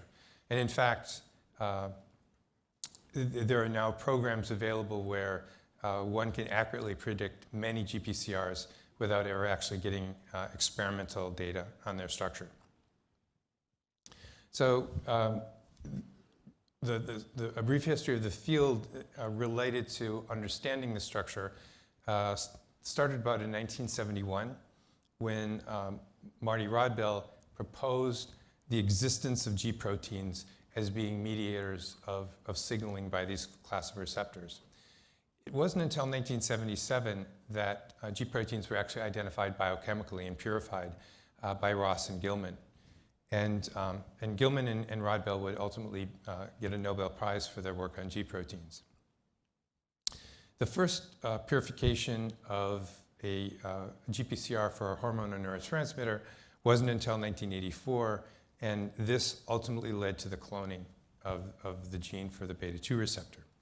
So this is a sort of a remarkable piece of biochemistry that I'd like to show. This is, again, the purification of the beta-2 adrenergic receptor. The beta-2 receptor is abundant in lungs. It's an important target for asthma. So this postdoc in the lab of Robert Lefkowitz, his name's Jeff Benevik, did this really Herculean purification, 33,000-fold purification of beta-2 receptor from half a kilogram of hamster lungs. Approximately 1,000 hamsters were required to achieve this. And from this, he was able to get 50 micrograms of protein, a very small amount. And then he chewed that protein up with a protease, isolated the peptides.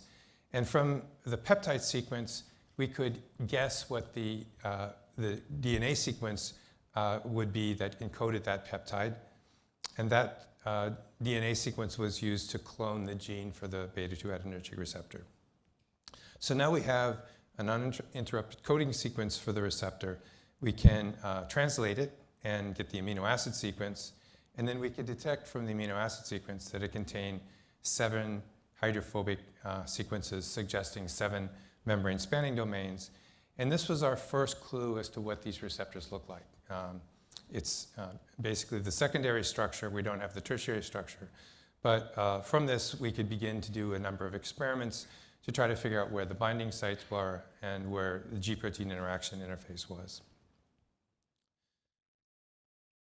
And I'm going to talk more about that in the next few slides.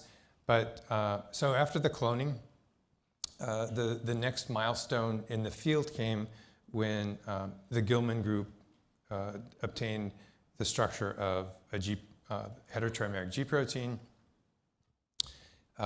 It wasn't until 2003, after the human genome was sequenced, that we realized that the family was so large, with 800 members. And then in 2007, we were finally able to get the first structure of G protein coupled receptor in the inactive state. This, again, was the beta-2 adrenergic receptor. Several years later, we were able to get a structure of the beta-2 receptor in the active state. And then at the end of 2011, we were finally able to get a structure of a receptor caught in the act of activating as G protein. So why did it take so long to go from the cloning when we actually knew what the protein sequence was? We had the DNA, we could start making protein. why did it take so long to get from having the clone to understanding what its structure is? And so I'm going to give you a little idea about why these proteins were somewhat difficult experimental targets, and it's related to how versatile they are as signaling molecules. So if you want to know the structure of a protein, particularly back more than 10 years ago, you needed to be able to grow a crystal of the protein. So the protein has to be very pure. A crystal is an ordered array of the molecules. Once you have a well-diffracting crystal, you bring it to a synchrotron, shine X-ray beam through the crystal. You can, from the pattern of the diffracted X-ray beam, you can calculate what its three-dimensional structure is. So this requires first that you be able to make enough protein. And again, having the clone allowed us to make some modifications to the protein so that it was much easier to purify the protein than it was to purify it from native sources. As an example, we put an epitope for an antibody that recognizes the receptor. You can put another epitope at the end of the protein, again, use another type of chromatography. And with these tools, we were able to make enough protein to begin crystallography studies. So we express protein in insect cells. The protein is embedded in membranes, and so it has to be extracted from the membranes with detergents, which are membrane surrogates, and then going through several purification steps. And ultimately, you have pure protein that's fully functional, and it can be used for a number of biochemical studies, biophysical studies, and crystallography.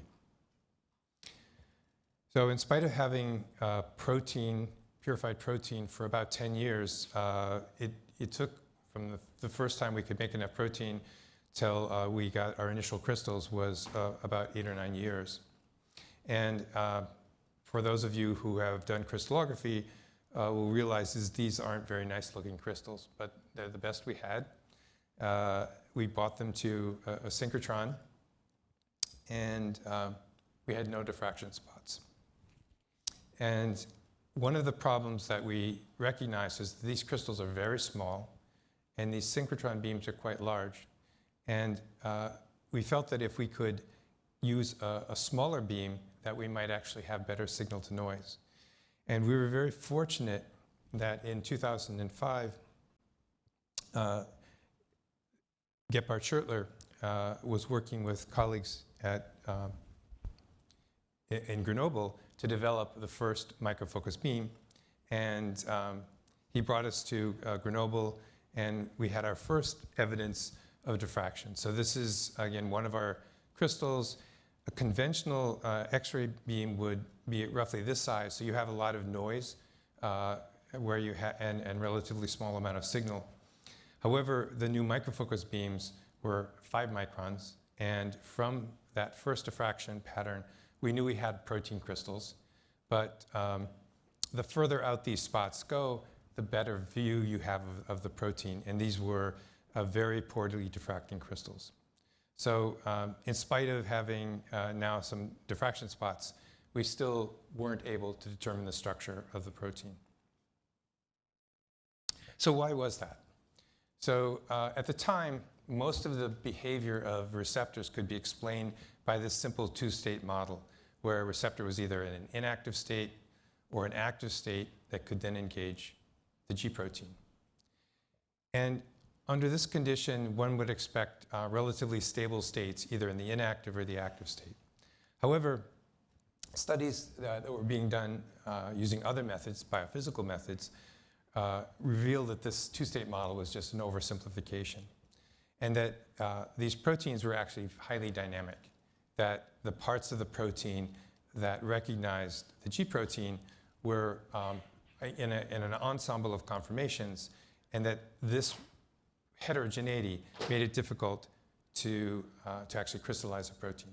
So receptors, rather than looking like solid objects, were, as shown here by this molecular dynamic simulation, highly dynamic, and as a result, very challenging to crystallize. So, and we also learned from these studies that there were two transmembranes, particularly transmembranes 5 and 6, that were especially dynamic. Now, why does that make a difference? Well, I'm going to simplify the crystallography problem by using an example of a two-dimensional crystal. So if we have a conformationally uniform protein, they behave like these regular hexagons. And you can pack the hexagons nicely into an array. However, if you have a more dynamic protein, even though you have pure protein, each of these protein molecules might look slightly different from its neighbor. And as a result, you have a poor crystal quality. So we had to try to overcome these problems. One was the problem of protein dynamics. And the other problem was that the receptor was embedded either in a lipid bilayer or a surrogate of the lipid bilayer. And there weren't many options for a protein crystal to grow, because proteins typically will crystallize where the hydrophilic parts of the protein are connecting with each other. And so we took two different approaches. One was to stabilize the protein in an inactive state with an antibody, or to do so with protein engineering. And it turns out that both of these worked at about the same time. We now had protein crystals that looked more like protein crystals, and they diffracted much better. So now, instead of 20 angstroms, the spots go out to 3 angstrom resolution. So this was the receptor bound to an antibody. And this was the receptor engineered to have a small protein called T4 lysozyme replacing the loop between TM5 and TM6. And this was also done in a special kind of lipid. The lipid itself is sort of an ordered array of lipids called a cubic phase. And as a result, we were able to get even better quality crystals.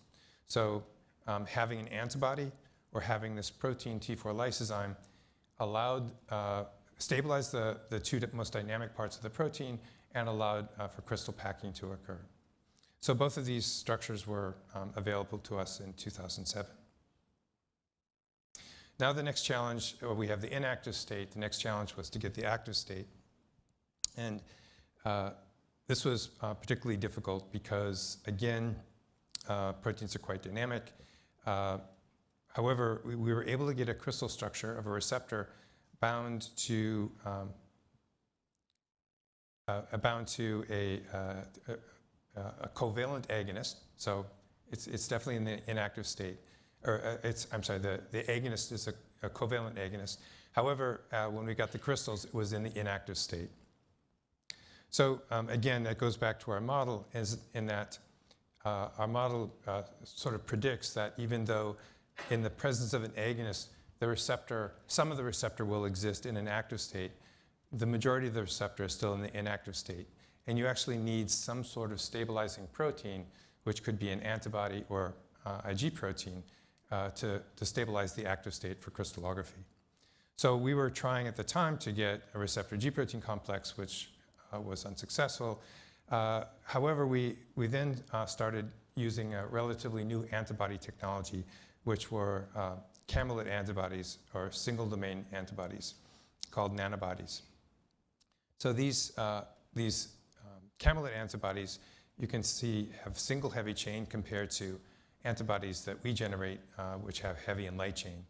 And as a result, the variable component is a small oval-shaped protein that fits well into protein crevices and is useful for stabilizing them. So having a nanobody that recognized the active state of the receptor allowed us to get the first structure of an agonist-bound active state of the receptor. However, our major goal was to get this structure, the receptor G protein complex. And this was even a more challenging project because G proteins are somewhat challenging to make, and receptors are also, as I mentioned, challenging. We then had to get them to assemble and remain stable. And we were able to ultimately do this through a collaboration with Roger Sunahara. And for those of you who aren't familiar with the biochemistry, this is just to show that we had absolutely pure protein.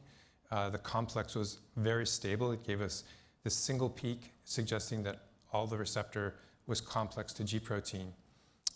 So this looked very encouraging. However, we were unable to grow crystals of this.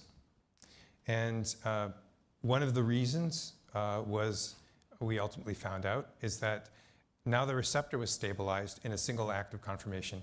However, when the G protein loses its GDP, it becomes highly flexible and dynamic. So we had another problem with protein dynamics. And this is just a list of the contributions that had to be made in order to get this to work from, as you can see, scientists from around the world.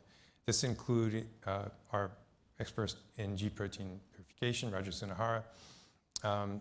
We had to identify highly efficacious and high affinity agonists, which several pharmaceutical companies sent us their pool of beta receptor drugs. We had a new detergent. So again, detergents are used to replace the membrane. And this detergent was made by a detergent chemist, Bill Suk-Che. Wasn't available commercially. He sent it to us, and this was really critical for stabilizing the complex. We had some protein engineering. We had an antibody that helped stabilize this dynamic component. And then a lot of our work was really guided by negative stain electron microscopy. And then finally, we had access to a new detergent, a new lipid for making cubic phase, again, not available commercially by Martin Caffrey. So after all of these contributions, we were finally able to make the beta-2 receptor G protein complex crystallize. So what did we learn now that we have a receptor in the inactive state and active state? And first of all, the binding pocket for this receptor is formed by the transmembranes and the extracellular side of the receptor. The binding pocket is rather small, and you can see that the major interaction between the receptor and the G protein was at the very C-terminal end of the G protein, engaged into the core of the receptor, which is opened up by the outward movement of TM5 and 6. So in the next few slides, I'm going to be going back and forth, going from active to inactive. And what's sort of remarkable is that the changes that occur in the binding pocket are relatively small, only about a couple of angstroms change. This propagates to a much larger change in the cytoplasmic side. So transmembrane 6 moves out about 14 angstroms. And then these translate into much larger changes in the G protein upon its activation. And you can see the G protein engaging into this core. So now we have a beta-2 receptor coupled to a specific G protein. As I mentioned, there are 800 other GPCRs. There are also a relatively large number of G proteins. And we wanted to know whether what we were learning about the beta-2 receptor coupled to the G protein GS worked with other receptors. So we began forming complexes of other family A members with different G proteins. And we were able to form nice complexes. None of them would crystallize. So this was around 2017. And up until then, we had been relying entirely on X-ray crystallography. And as I mentioned, you have to be able to grow crystals. Fortunately, around this time, cryo-electron microscopy had advanced considerably with new detectors and also algorithms for collecting and accounting for motion that occurs and new refinement methods. And this is a really important advance because you don't need crystals to get structures by cryo-EM. You simply take a large number of two-dimensional projections, and from these two-dimensional projections, you can calculate a three-dimensional structure. So having access to now cryo-EM, we were able to obtain a number of other receptor G protein complexes, and it turns out that they're all pretty much the same. They have the same conformational changes in the receptor, very similar, if not the same, conformational changes in the G protein. The only difference being family C, which are really quite different, and I don't have time to talk about that. So what have we learned? First of all, the nucleotide-free complexes are similar for family A GPCRs that couple to different G proteins. Structural changes in the G proteins upon activation are very similar. The alpha helical domain, this part of G protein, is highly flexible for all G proteins. And one thing that was quite disappointing is that the receptor G protein complexes that we obtained did not fully explain why a particular receptor will prefer a particular G protein. And we still don't really understand this. And what we do believe, though, is specificity is probably determined by some sort of intermediate state. And we have evidence that between the binding of an agonist and the coupling of a G protein, there are probably at least one, if not more, transient intermediate states, which are probably critical for determination of the structure. So what use are these structures? Well, structures have been used to identify new drugs using in silico and computer-based docking programs. And I'm just going to briefly contrast the old method. So the conventional way of screening for drugs for G protein coupled receptors involve testing each compound. So the compound libraries typically are around 1 million compounds. And all of the compounds have to be tested on cells expressing receptor individually. So these libraries have what we call relatively limited scaffold diversity, so that even though there are 1 million compounds, many of these compounds look like other compounds in the library. Experimental testing is slow and expensive. And so now having access to high-resolution three-dimensional structures, it's possible to do screening entirely by computational methods. So using docking algorithms together with a crystal structure, the virtual libraries are now roughly close to 1 billion compounds. They have high scaffold diversity, and it's far less expensive than screens. So these computational programs essentially take each of the compound in the library and test it in a large number of different orientations, and if it fits, it gets a high score. If it doesn't, it gets rejected. So this is more or less the state of drug discovery for the field, and it's become much more useful for both drug companies and academic labs now to identify novel ligands for GPCRs. So I'm going to end here, and I just want to acknowledge a large number of collaborators who have really helped with the project throughout the years, and people from my lab. And I thank you for your attention.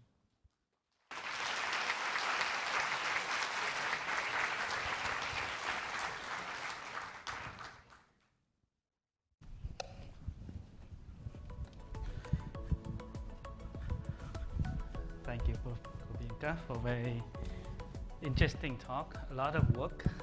And I can see that you have overcome many challenges along the way to achieve the final goal.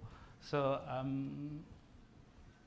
each time you analyze a situation and you find a solution to the problem. But I guess there are many failure attempts along the way, right? Yes. Can you share with us how is there any time that the team is lost, that they couldn't find a solution? Well, at least for this work, ultimately we did find a solution. But as you can see, it involved a number of collaborations outside of our lab. And often going to scientific meetings where you hear people from different disciplines present, often giving you ideas on how to solve your problem using approaches that generally haven't been applied to these receptors. I see, yeah. So the audience open for the question. Any question in the audience? Yes, please, can you go to the microphone? Can you go to the microphone?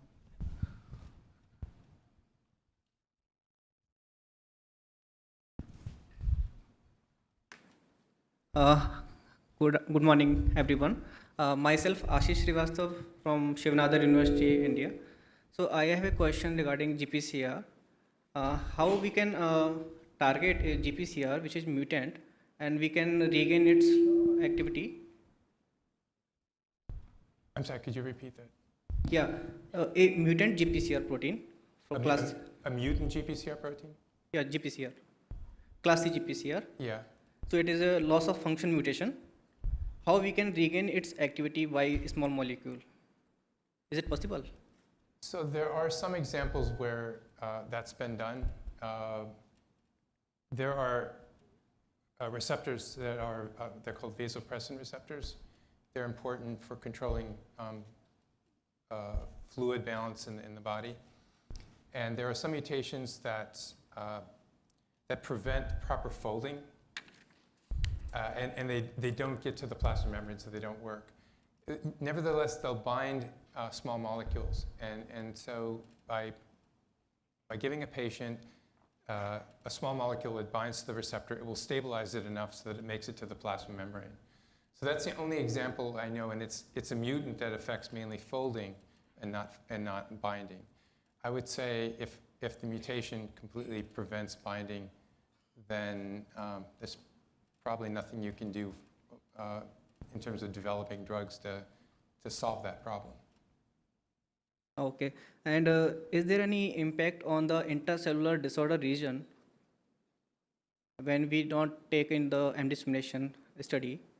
Right. Oh, yeah. So that's an interesting question. So there are basically 3 disordered regions: the amino-terminus, the loop between transmembrane 5 and 6, and the C-terminus. And we have studied the beta-2 receptor C-terminus, and it turns out that it's a regulator of G protein access. So the C-terminus actually, while it's disordered, it folds into the core, cytoplasmic core of the protein, and essentially prevents G protein from getting access. So it reduces signaling. Okay. Okay. Thank you very much. You can think more about the question. I have a question coming in. Display. Okay, let me read. Do you think it will be ever feasible to image this protein receptor dynamically over time at a couple? Actually, watch it. So I think it's probably possible to do that by cryo-electron microscopy. And my colleague, Yorgos Kiniotis, is doing something like that. He's actually watching it dissociate. So he adds G protein and freezes a grid and adds GTP to cause the protein to dissociate, and then freeze the grid. And what you could see from one sample of frozen receptor are several steps in the process of dissociation. It should be possible to do that in the other direction, to just add receptor and G protein, and if you time it right, to be able to actually watch assembly of the receptor G protein complex. It just will take a lot of time, a lot of microscope time, a lot of computational time, but I think it's possible. It may not be possible to capture really transient states that are important, but we'll see. I have another question. So since GPCR are the largest class of pharmaceutical targets, are there big challenges in drug design in off-target toxicity? How does one overcome them? So the question is on, since the receptor is a major target, so what the problem off-target? Because you also mentioned about the specificity. Yeah. So that's a really good, the off-target effects are really a large problem. So for example, there are 9 different receptors for adrenaline. Each one does something different. Their binding pockets are highly, if not identical, very similar. So when you try to develop a drug for, say, a beta-2 adrenergic receptor, it will also often hit a beta-1 adrenergic receptor or an alpha adrenergic receptor. And that's true for serotonin receptors, dopamine receptors. And in fact, serotonin and dopamine receptors are very similar to each other. So many times when you're trying to develop a drug for a serotonin receptor, you'll hit a dopamine receptor. And it is useful to have structures, particularly structures bound. So let's say you have a drug that initially is non-selective.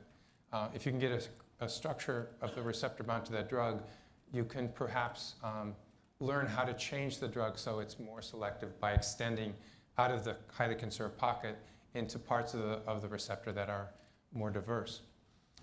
Another way of getting more selectivity, fewer off-target effects, are to develop allosteric drugs. So allosteric drugs bind outside of the native hormone binding pocket.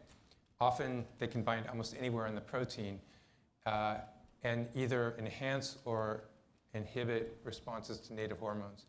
So the advantage there is that just the fact that they're modulating the response to native hormones might make them more safer. And the fact that they're binding outside of the highly conserved pocket means they're likely to be more selective. So there's a greater interest in developing allosteric drugs for these receptors. But then should drug target the active state or inactive state, or in between that we don't see? You can do both. Yeah, you can actually target, both.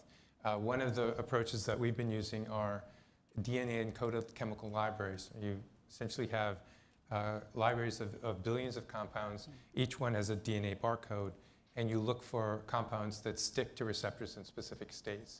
And it's been possible to find positive and negative modulators using this approach. Any question in the audience? Yes, please.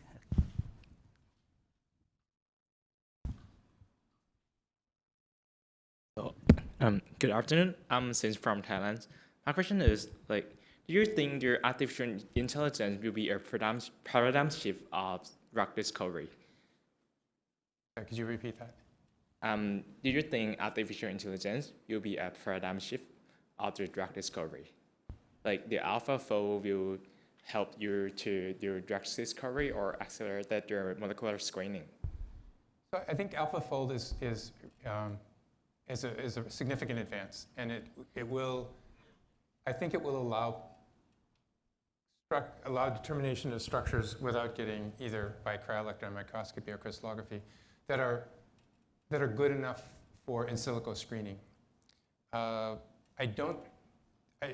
think it's still probably helpful to have a structure if you've identified a drug and you want to make it better, to actually have a structure with the receptor and bound to the drug.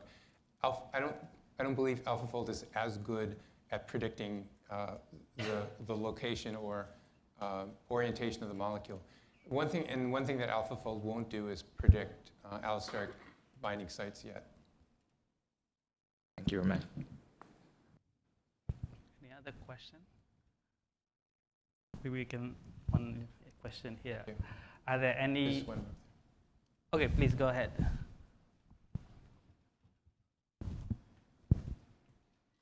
Yeah, thank you. Good morning to everyone. So I'm James Paul, representing Philippines in Japan. So basically, my question is out of the topic because I know that most of the questions are being asked is technical about the. So I saw that your presentation or your research already experienced many challenges about doing research about the GPCR. So as a young scientist here, we are young scientists here. So how can you overcome these challenges? Can you tell us your strategies and your motivation so that we are all motivated here as a young scientist? Thank you. I think in most cases where we've overcome challenges, it's sort of stepping outside of the field itself.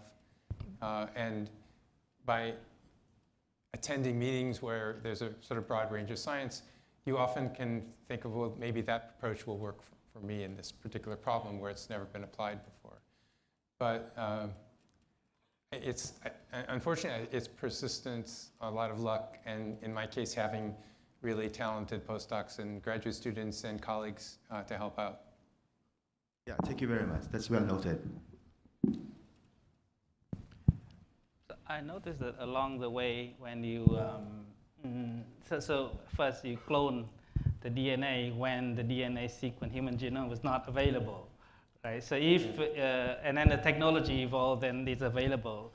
And then back then EM was not available, and now it's available. A lot of things can be solved, so, Yeah. so I guess there's still a lot of problems that we can solve faster these days. Yes, yeah, I mean, the development of cryo-EM has been just a major advance in the field.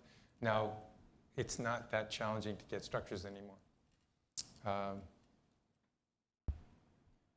I should say there's also a lot of luck that happened. For example, at the time we were trying to clone the receptor, it was typical that you would do a cDNA library, and cDNAs are copies of messenger RNA.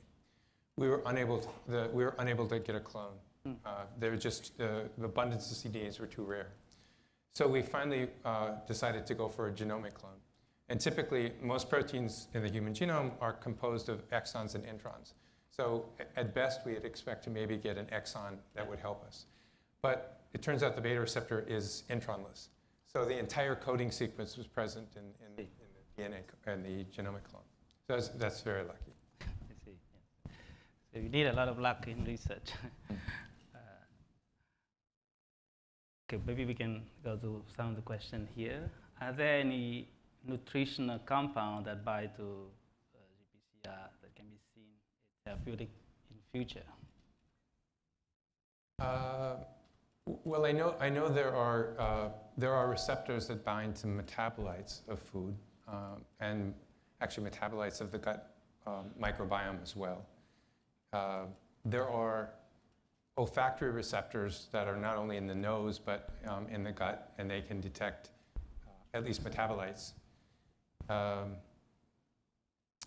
It turns out that a lot of your taste is mediated by G protein coupled receptors. So sweet, sour compounds, umami are all mediated by G protein coupled receptors. So then we talk about COVID, people lose taste. Does that mean those receptors are damaged? Yeah, I think most people who have COVID probably experience more olfactory. I see. Yeah, but of course that affects your taste, sense of taste as well. I see. We have one last question. If anyone have questions, yes, please.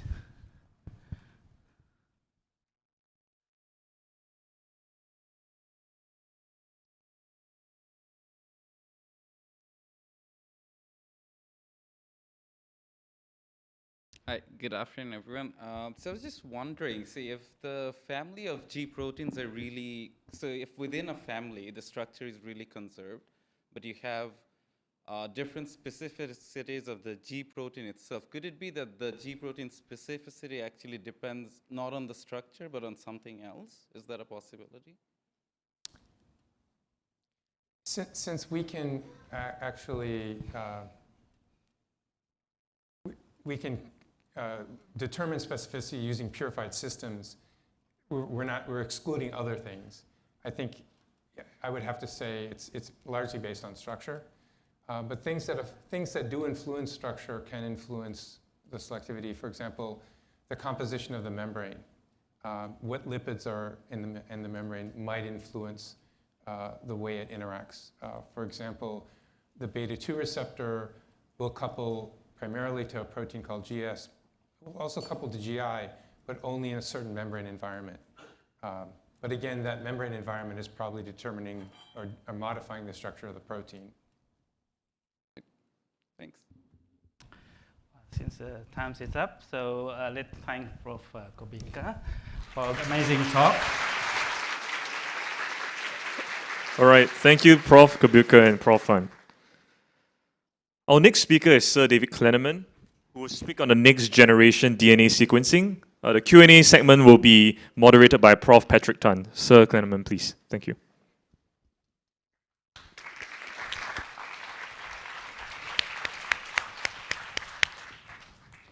Thank you very much. So what I'm going to do is tell you a little bit about my background and introduce to you single molecule fluorescence and super resolution microscopy. I'm going to briefly show you how we are developing and applying these methods to study protein aggregation. Then I'm largely going to focus on DNA sequencing. And sort of the themes of the message are how new physical methods can enable new science. And following on what that was just been discussed, there's a lot of luck in doing science. So you just have to take advantage of that if it happens. So this is me when I got my degree at Cambridge, and then I stayed on with Ian Smith and did a PhD.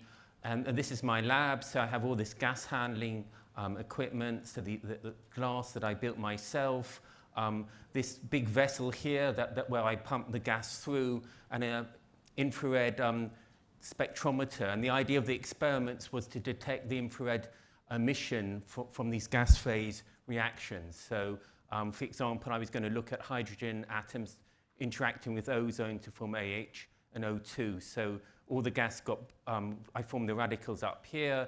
I have this big chamber where I collected the light and it went over to the infrared spectrometer. I then spent a couple of years at Stanford trying to do high overtone chemistry.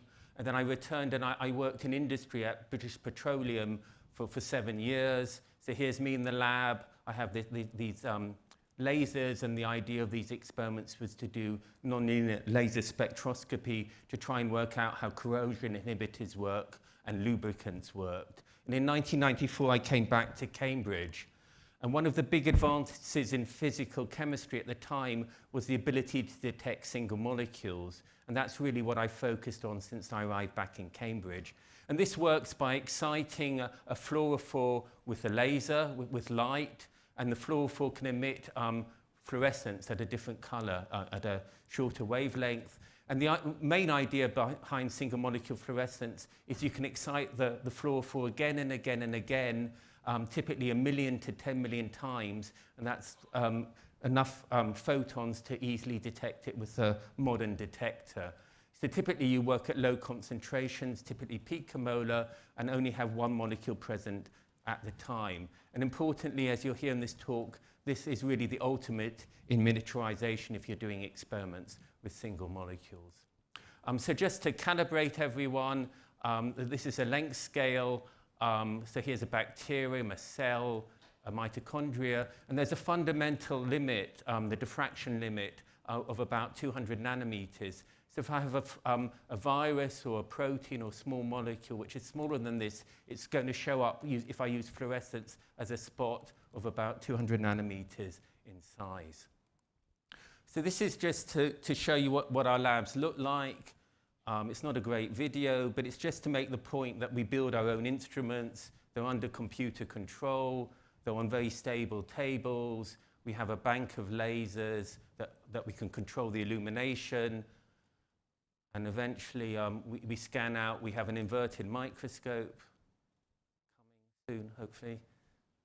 We have an inverted microscope where we put the sample. Here it is. And then we have a very sensitive detector here. So this is what the lamp looks like, very colorful. We relay the light, and the light, it comes up an objective, undergoes total internal reflection. Here we've got a T cell. We've labeled the T cell receptor with an antibody which has a dion, and this is what we see. So these individual T cell receptors diffusing around on the cell surface. We're interested in understanding how the T cell is so sensitive and selective at identifying a cancerous cell. The other big revolution in my field, I'm sure Stefan Hell will talk a lot more about it, is the ability to beat the diffraction limit. So this is just an example of an object that's blurred by diffraction. But what you can do is illuminate single molecules. So single molecules are still blurred by diffraction, but I know I have a single molecule, so it must be at the center of this spot. And so typically I can localize where this molecule is with about 20 nanometer precision. So I replace this blurred spot with this higher precision spot. And then I can, if I do this again and again and again, I can build up a super resolution image of the object of interest. So one of the problems we're interested in is neurodegenerative disease. So in this, a small soluble protein such as alpha-synuclein aggregates, and it ultimately produces these Lewy bodies. But it's known that it's these small soluble aggregates that are formed on the way to producing these Lewy bodies are toxic. So we've got a big effort in developing methods to detect these small soluble aggregates and work out how they're toxic, and particularly focusing on doing this in the species in humans. So the experiment that we discovered worked was we took cerebrospinal fluid. So this is the fluid that bathes your brain. You can get it from a lumbar puncture. We took cerebrospinal fluid from someone who's got Parkinson's disease and put it on our microscope with a dye called thioflavin T. So thioflavin T is non-planar in solution, but it can become planar and highly fluorescent when it binds to the beta sheet structure in these aggregates.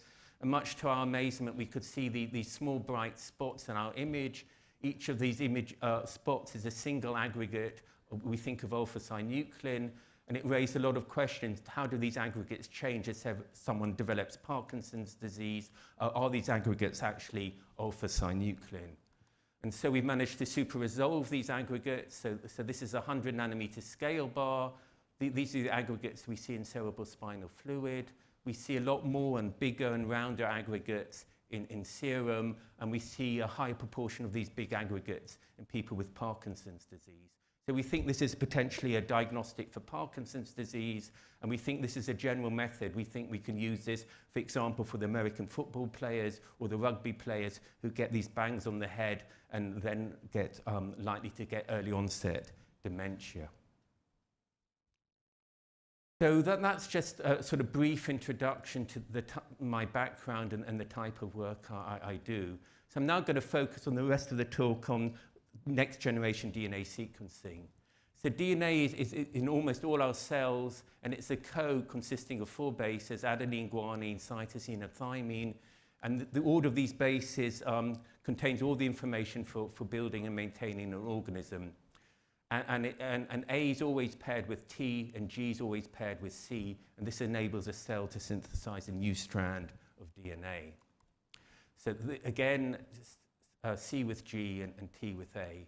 So it's fundamental to life on Earth, and if you want to sequence DNA, you require a way of decoding the sequence of DNA. You need a sequencing technology. So why do you want to sequence DNA?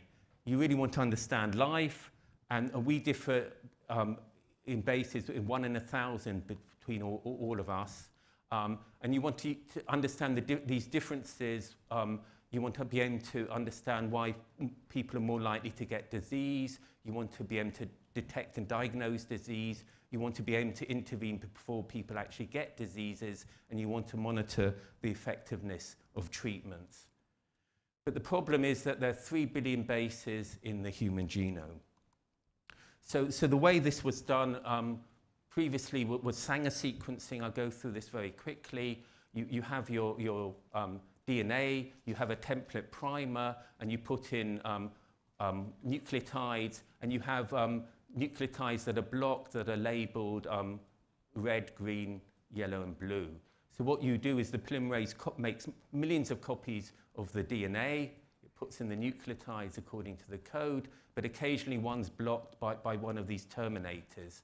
And so you end up with all these different lengths of DNA, and you run them down a gel. The small ones come off first, the large ones come off later, and you use a laser to detect the fluorescence of the labeled nucleotide, and hence you can work out the sequence. So you have one tube, and you can detect about 500 bases per run.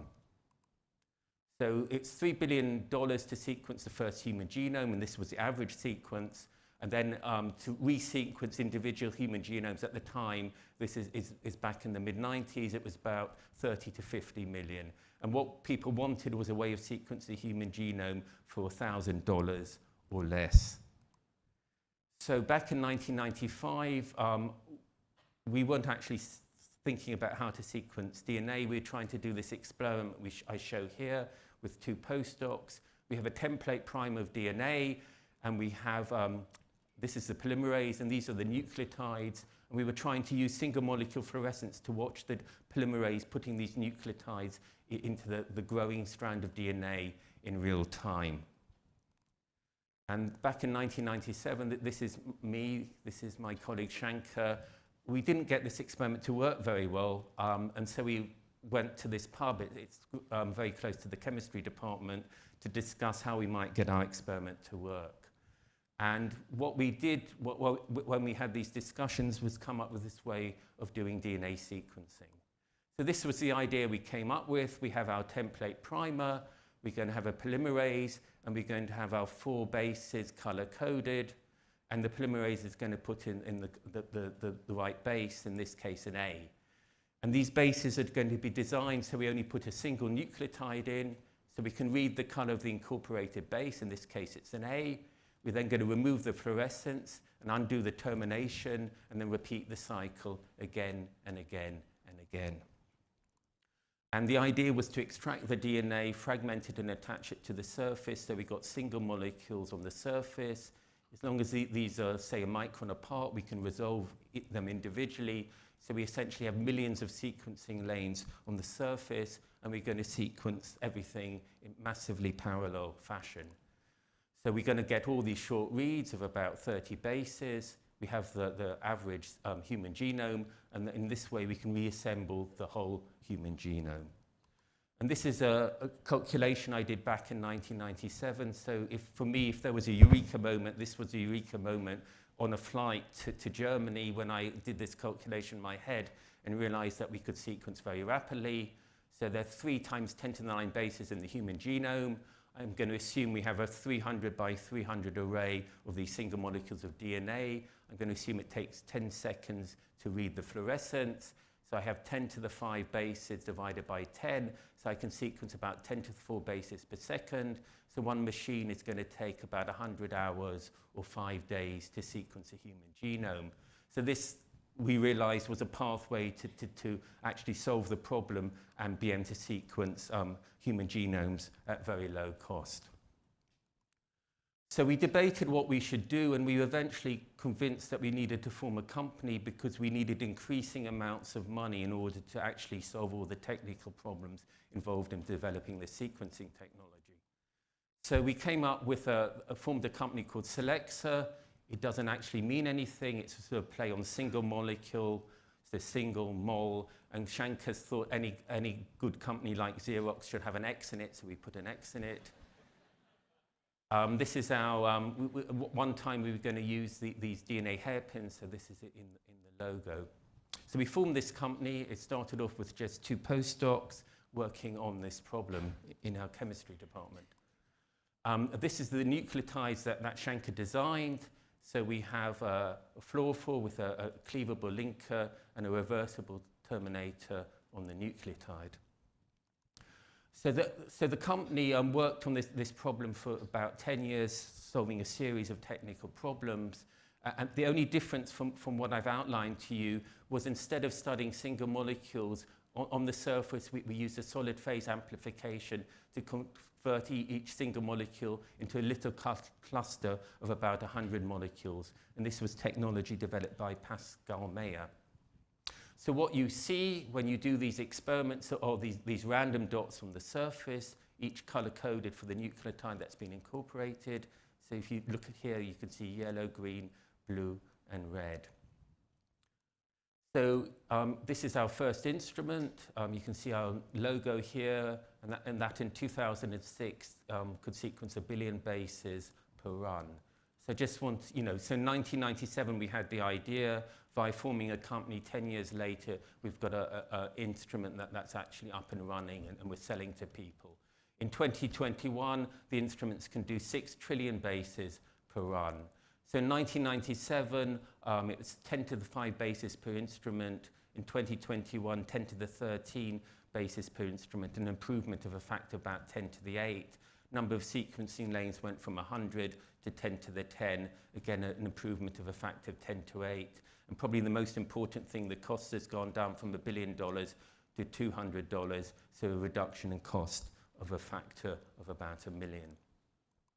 So we went from this situation, this is a picture, front cover of Science, some sort of cocktail party, and one insect's talking to another, well, have you been sequenced yet?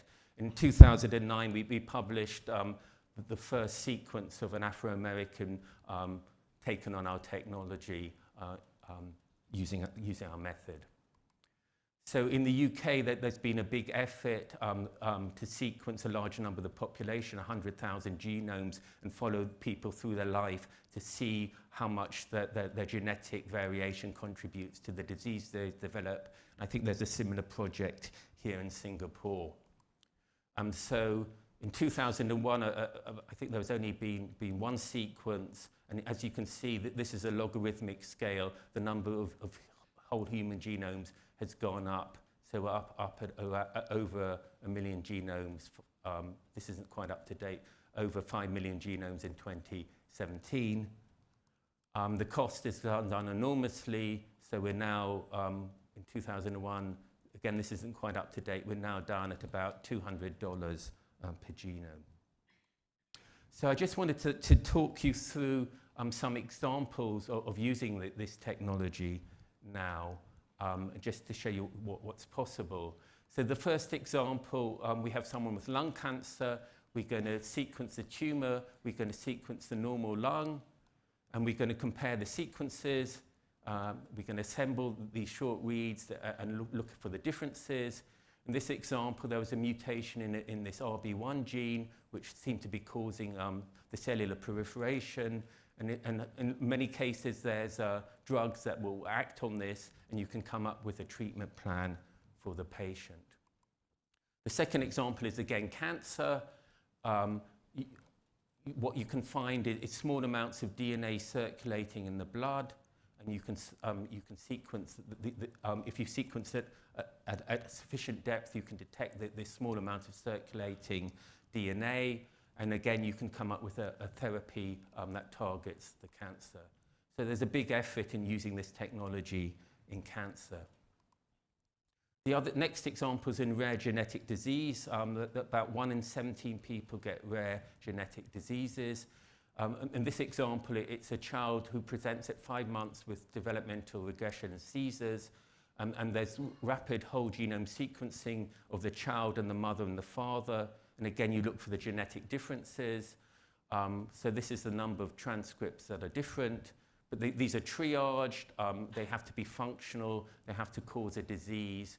And it has to be deleterious.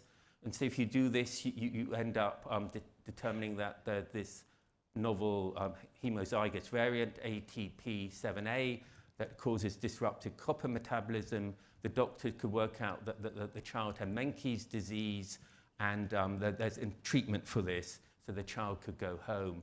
And in the UK, this is now being made available to newborn babies who have undiagnosable disease. This is another example. This is a gene test on this baby here. Discovered that they had they had a benign cancer and they didn't need any treatment, so the baby could go home. This is another example of a child who was sequenced and could be treated and could go home. So for me, this was actually quite an eye-opener. I originally thought we were developing an instrument to empower other scientists to sequence DNA. So I was very proud, actually, when I heard about this on our local news station, that they were doing this to children at Addenbrooke's. And it really shows you, for me, that we went from this calculation in 1997, 20 years on, it's actually being used to save people's lives. The next example is COVID. As I'm sure you're aware, that we've been sequencing the virus. This is, again, a logarithmic scale. So sequencing the virus, so this goes up to 100,000, 1 million sequences of the virus, looking for viruses, changes in virus sequence and different strains of virus. So it's been widely used for survey and to detect changes in the pathogens. So really, I just wanted to finish there and just reflect on this. So really, I think what I want to first highlight is science as a social activity. So I'm a physical chemist, Shankar is a chemical biologist, And it's only by us working together that we could actually come up with this idea.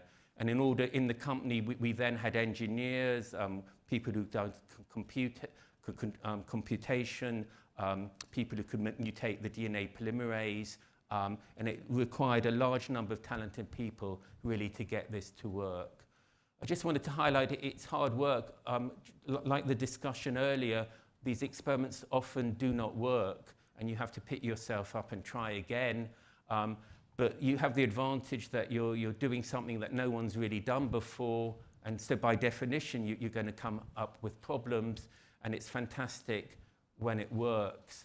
So Shank and myself had no idea that this was going to work, and we had no idea it was going to work as well as it's turned out to work.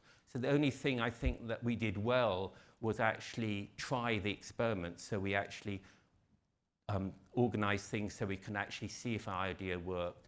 It could have failed for all sorts of reasons.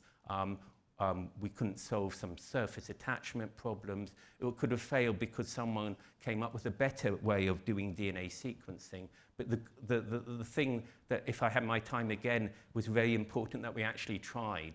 So I think the main message for the young people in the audience is you're not going to know if something's going to work or not unless you try. And you can enhance your chances of doing something that might be significant by always working at the frontiers of the fields. So my advice is work at the frontiers and try experiments and get used to them failing, because they're going to fail if you're working at the frontier. So you may only be at the right place at the right time once, and you should recognize that and act on that opportunity. So the biggest thing that happened to me in my scientific career was coming up with the way of doing DNA sequencing and actually forming the company to do that. I just want to highlight for the funders that the idea came from basic curiosity-driven research. Neither Shank or myself were working on DNA sequencing.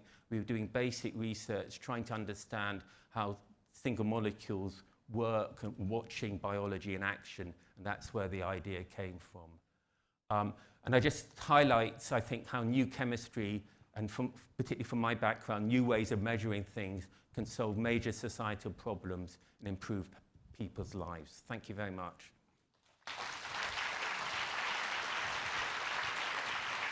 Thank you for joining me. Thank you. Hello, can you hear me? Testing, great. So my name is Patrick Tan, and it's my great honor and privilege to be able to moderate this session. Maybe to provide an input, the institute that I lead, the Genome Institute of Singapore, is 400 people that are all focused upon different ways of using the instruments that David has invented. And it's just, I dare say that this is a foundational technology that has really revolutionized all aspects of biology. I can't think of a single aspect that even Dr. Kobilka's previous lecture alluded to the fact that it's using DNA-based barcodes, and that's being dissected using Illumina sequencing.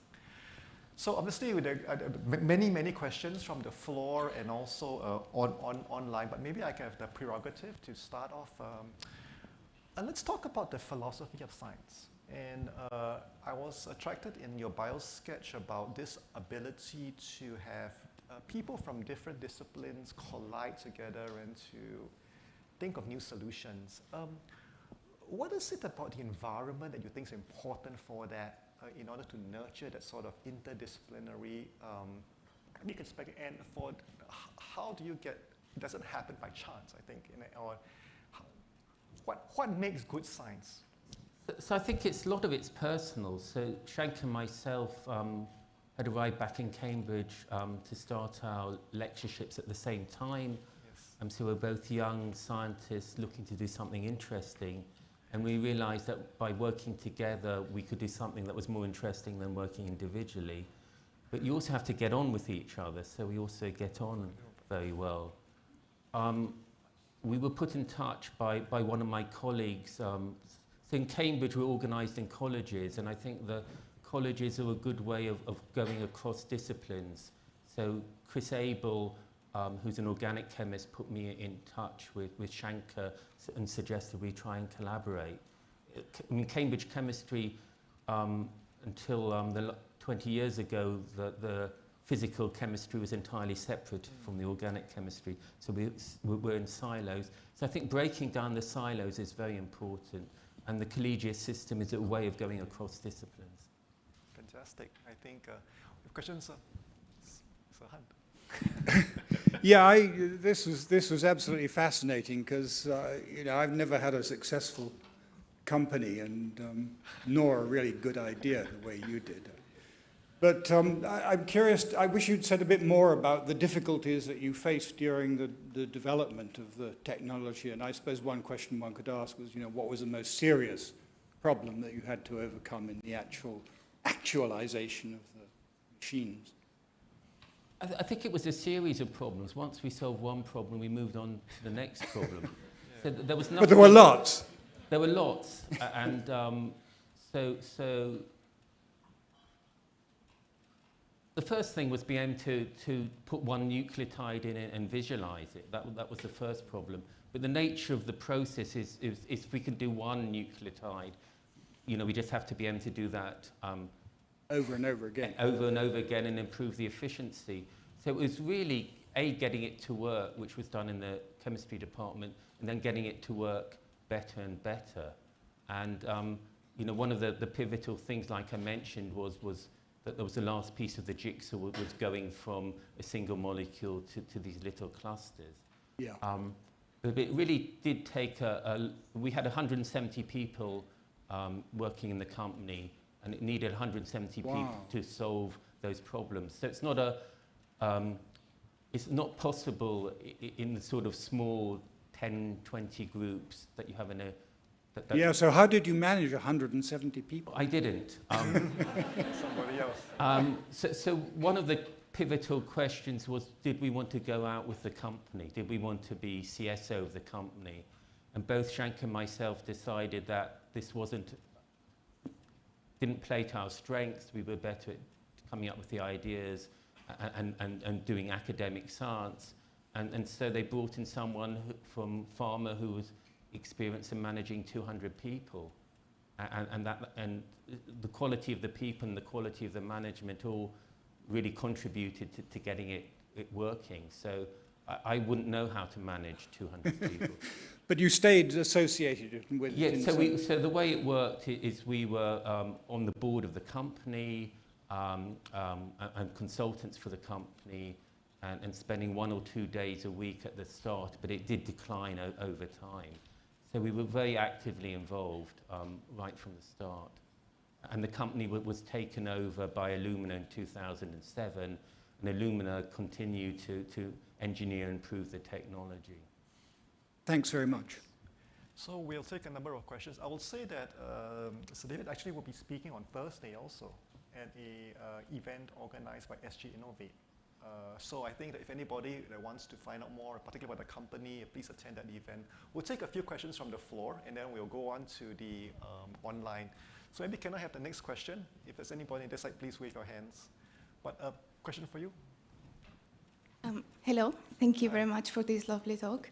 I'm a bioinformatician, so my job makes sense to people like you who created these lovely inventions. I analyze sequencing data. And of course, this motivates me a lot. So I have 2 questions, 2 motivational questions. The first one would be, what are your tips for people who want to start a company from scientific projects? When do you want to start a company? I mean, for us, our experience of forming a company is a little bit different from most people's, because we literally went to the VCs with an idea written down on a piece of paper with no proof of concept. So they didn't quite know what to do with us, because this was particularly something that clearly, if it worked, it was going to be very valuable, but we had nothing to show that it worked. So to their credit, that they eventually decided to fund it. But I guess my advice would be that it's a team effort. The VCs are there on your side if they decide to fund you, and you should go and speak to them. They explained to us that even if they already had a DNA sequencing company, they would then put us in touch with another VC who might fund the work. And they're very connected. So my advice is to go and talk to a VC, and they'll give you feedback, even if it's not they don't think it's a commercial proposition at the time.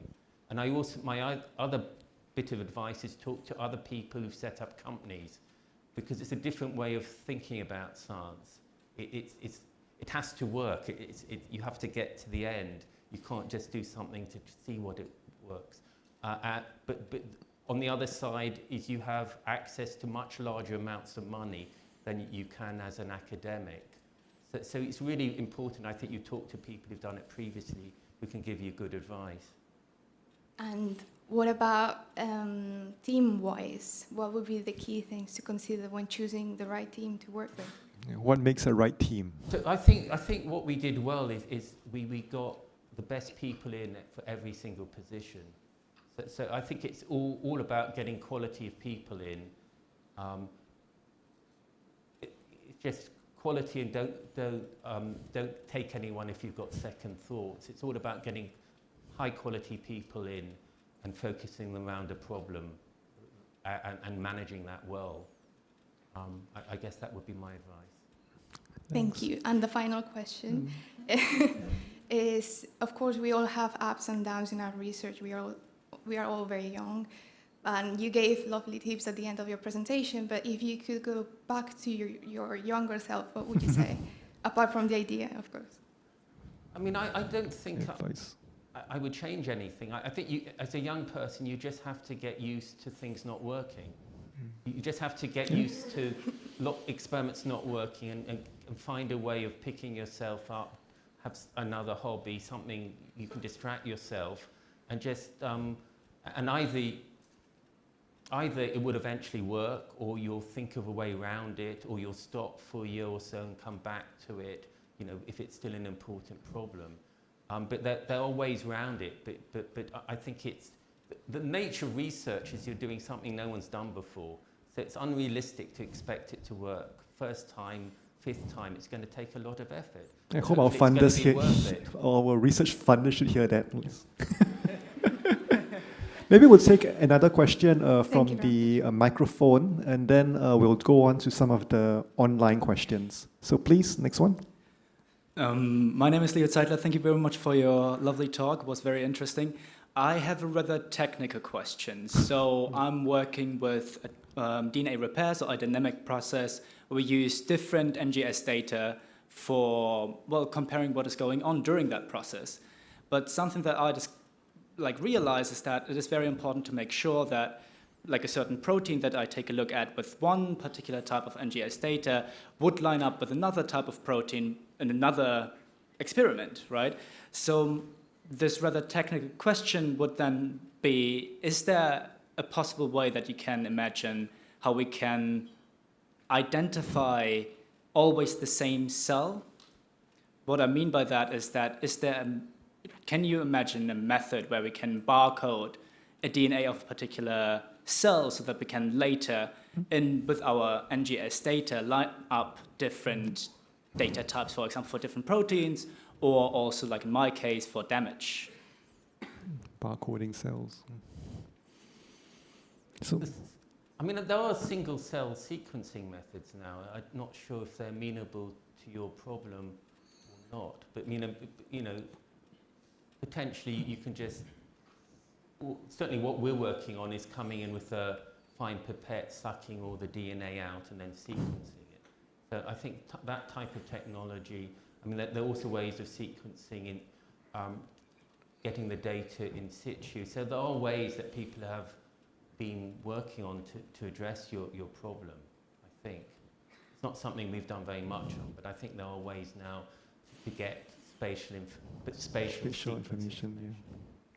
Yeah, thank you very much. I was just interested whether you are aware of combining these two benefits of single-cell sequencing and having sequencing of a bulk of cells altogether.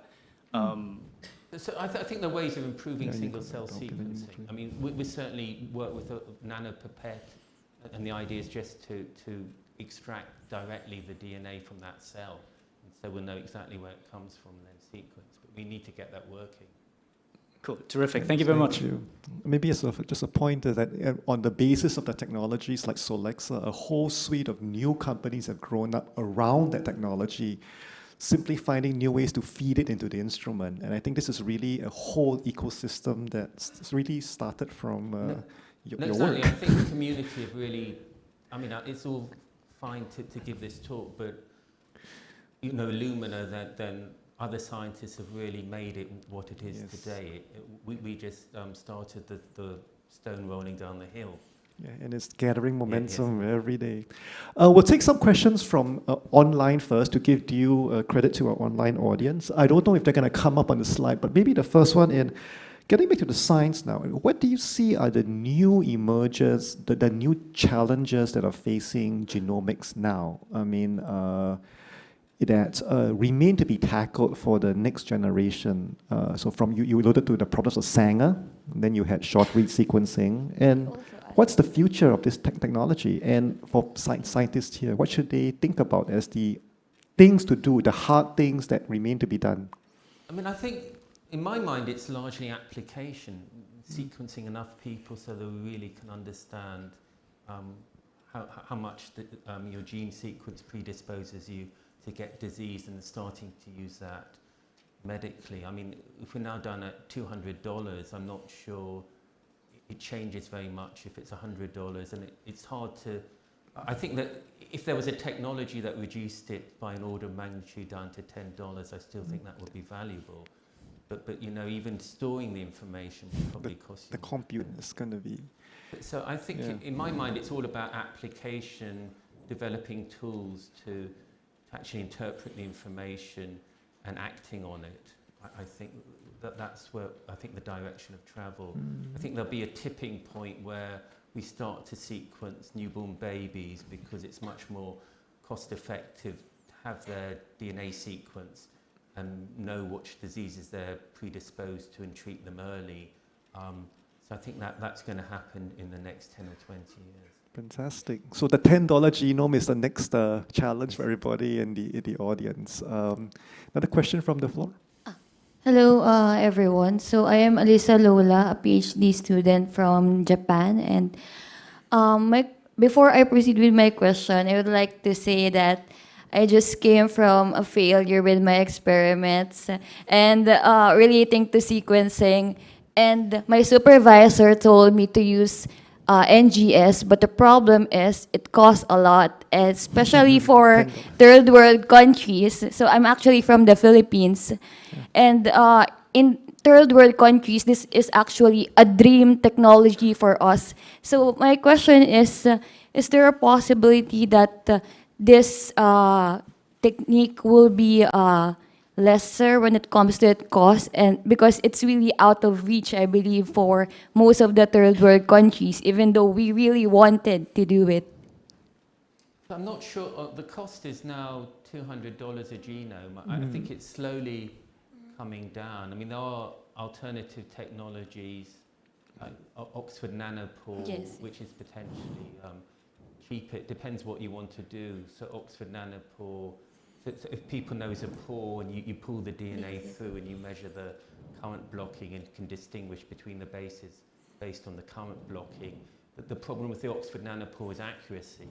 So I think it's fine if you wanted to identify different bacteria from their sequence. But for human genetics, I think that the lack of accuracy is still a problem for them.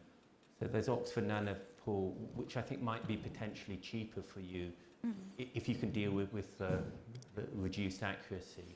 Otherwise, I think it's plateaued. I think the cost of the dyes, for instance, that we use, it sort of means that there's a level that the cost can't really go below very much. So it's hard to see it going down much more than where it is now, not more than a factor of 2. So if you need an order of magnitude, you probably need another method, or Oxford Nanopore need to improve their accuracy. Yeah.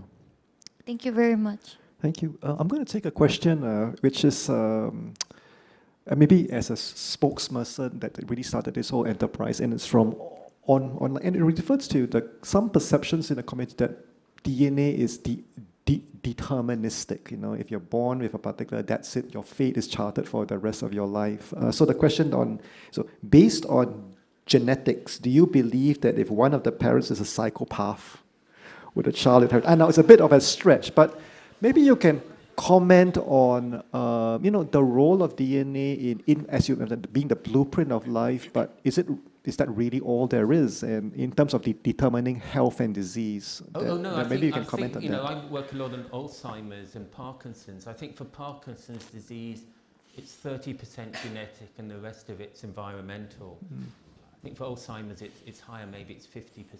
So there's the genetics and then there's the environment. I think there's a very interesting question around mental health and how much your genetics contributes to that. That's really been understudied. I know there's been a study on anorexia, but I think we're scratching the surface with mental health. But no, I think that there's probably quite a lot of disease that's environmental and not genetic. I mean, before we started, or when we started, there was this big debate about how much would be genetic and how much would be environmental, and how similar or different diseases will be for individuals. So now I think for a lot of diseases, it's maybe half genetic and half environmental. And certainly for Alzheimer's, the idea is at least you can control the environment, you can eat well and exercise and stay healthy. That's the bit you can control. So your life is not determined by your genome. That's very good. Important. It's influenced, but your fate is still your own. Maybe another question from the floor. Good afternoon, everyone. I am Awais Qasim from Pakistan, a Biosecurity Champions Fellow. So, being a Biosecurity Fellow, I am concerned with the dark side of this technology. Could it be misused?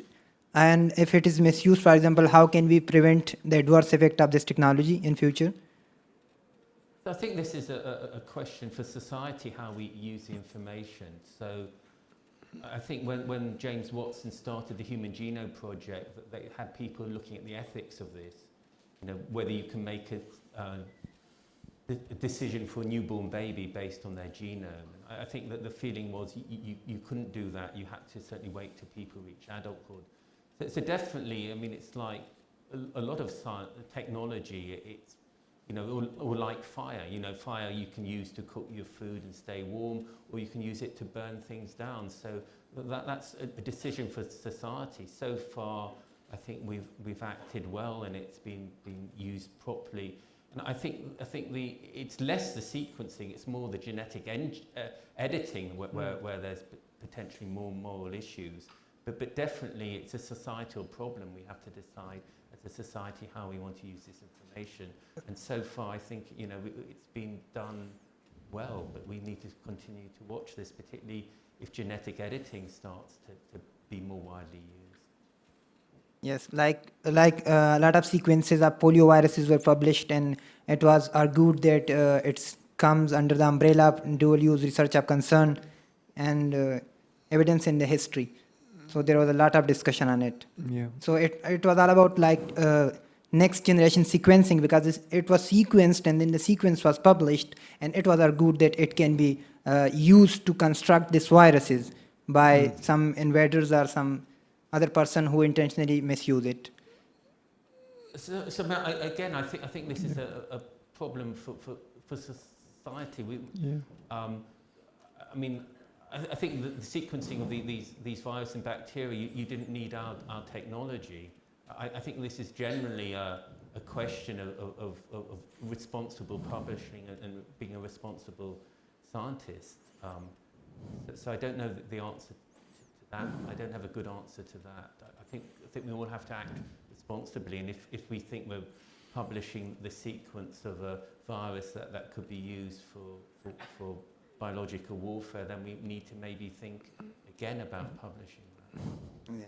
Thank you. Thanks. So we'll take one last question, and then we'll call it. But maybe I can highlight this. And as you alluded to this, in the days now of CRISPR engineering, don't you think that we will now have the technical ability to edit human genomes in the near future or distant future? And what do you think that will mean for human health and disease? I mean, when do we cross the line between fixing things versus modifying? It's a difficult question, but maybe I'd like to get your thoughts on that.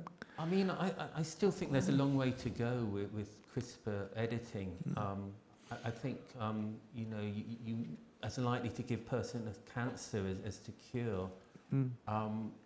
But again, I think once these tools have become available, it's a question for society.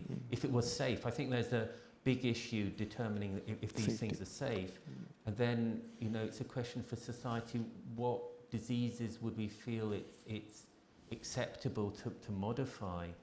And you know, and what diseases is it unacceptable? I mean, I think that there's a book I've read that discusses this, it imagines this situation. Again, there's this film Gattaca, I don't know if people have seen it, which imagines a world where people are valued based on their genetic sequence. So I think these are discussions for society. I don't have any real insights, I'm afraid. But perhaps that is the challenge when the science becomes so so pervasive, where it does really reflect challenges that society now has to grapple with. And perhaps that's the biggest triumph of some scientific developments, when it becomes a question of ethics. I think we have our time is up, and please join me in welcoming Sir David. I think it's a wonderful presentation. Thank you.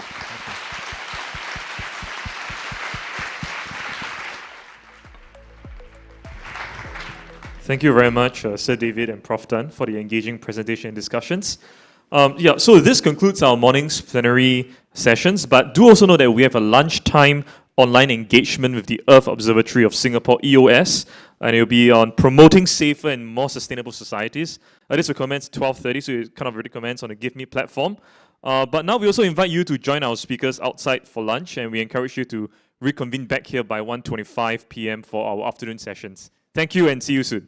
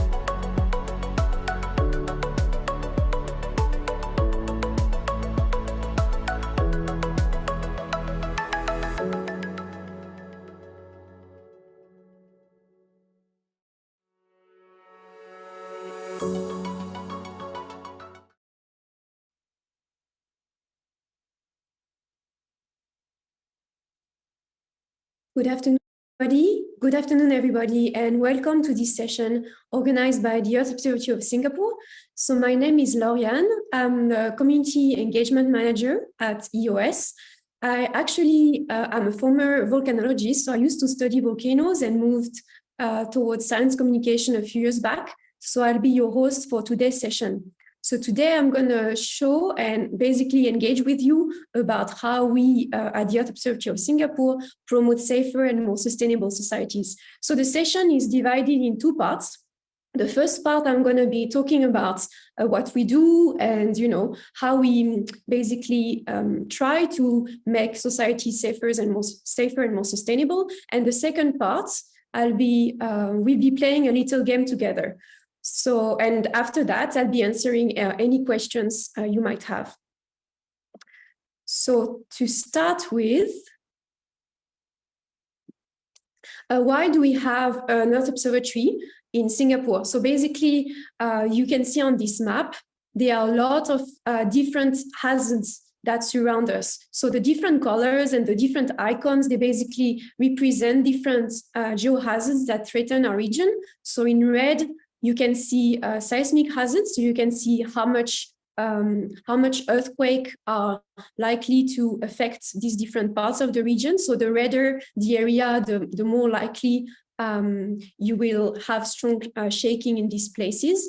In the orange triangles represents the huge number of volcanoes we have in the region. So basically all across Indonesia and going up to the Philippines towards Japan, and then we will have the Pacific Ring of Fire, if you're familiar with that. In gray and black, we can see the hazards due to storms and cyclones. I mean, you probably hear in the news a lot. There are many different cyclones affecting Philippines. Mostly we've heard recently in the news. So you can see in black are the lines where basically some possible tracks for cyclones. And in gray, you can see where basically most of the cyclones were happening.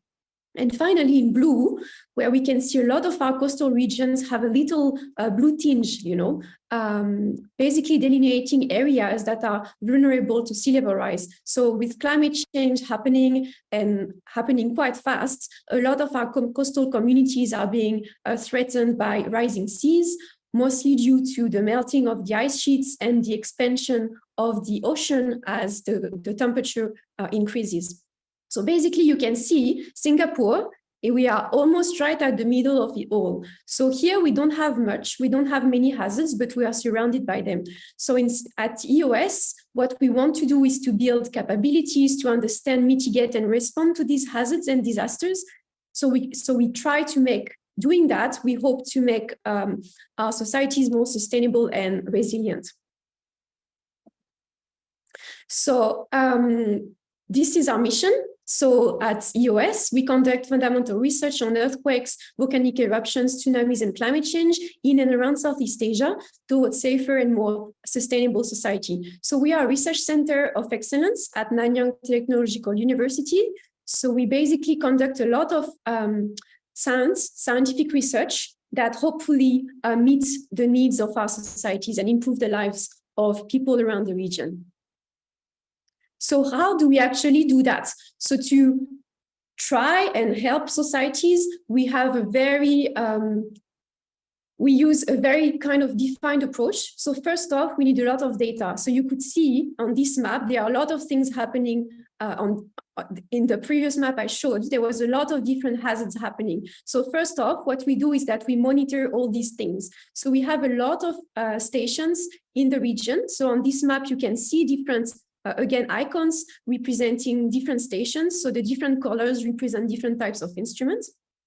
So I'm not going to give you a crash course on geography, but basically what's happening in the region is we have a lot of different tectonic plates moving in the region, creating a lot of earthquakes and creating volcanic activity. So we have all these stations to monitor all these movements. For example, we will have GPS, so same that you will have on your phone. Same instrument, except if you anchor it in the ground, it will monitor how the ground moves. So we have a lot of these stations all around the region and monitoring also earthquake activity. So through our Center for Geohazard Observations, which is the team which basically collect all this information, we get a lot of different data to understand the functionings of the region. We also have an EOS remote sensing lab, which is using remote sensing data. So basically satellite data that come, from many different satellites around the Earth and sending data. They basically image what's happening on the Earth. So using these techniques, we try to respond to disasters as soon as possible after they happen. So what happens, for example, after a disaster, a strong earthquake would be that buildings are damaged or buildings have collapsed. So using this technique, using satellite imagery, we can map out where those buildings are. So hopefully this can help, humanitarian assistance.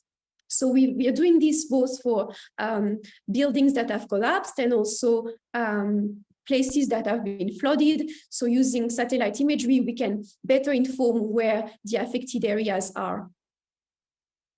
So these are I mentioned two of our flagship labs.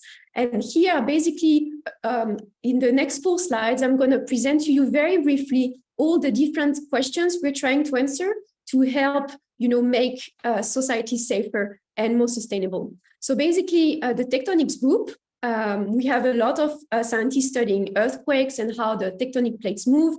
They would use the GPS data, they would use information about earthquakes to understand, where are these earthquakes happening? Are they big or are they small? Are they happening between where the 2 tectonic plates meet? Most likely, yes. So where could this earthquake happen and how big can they be? And also the associated hazards such as tsunamis, because earthquakes can cause large tsunamis.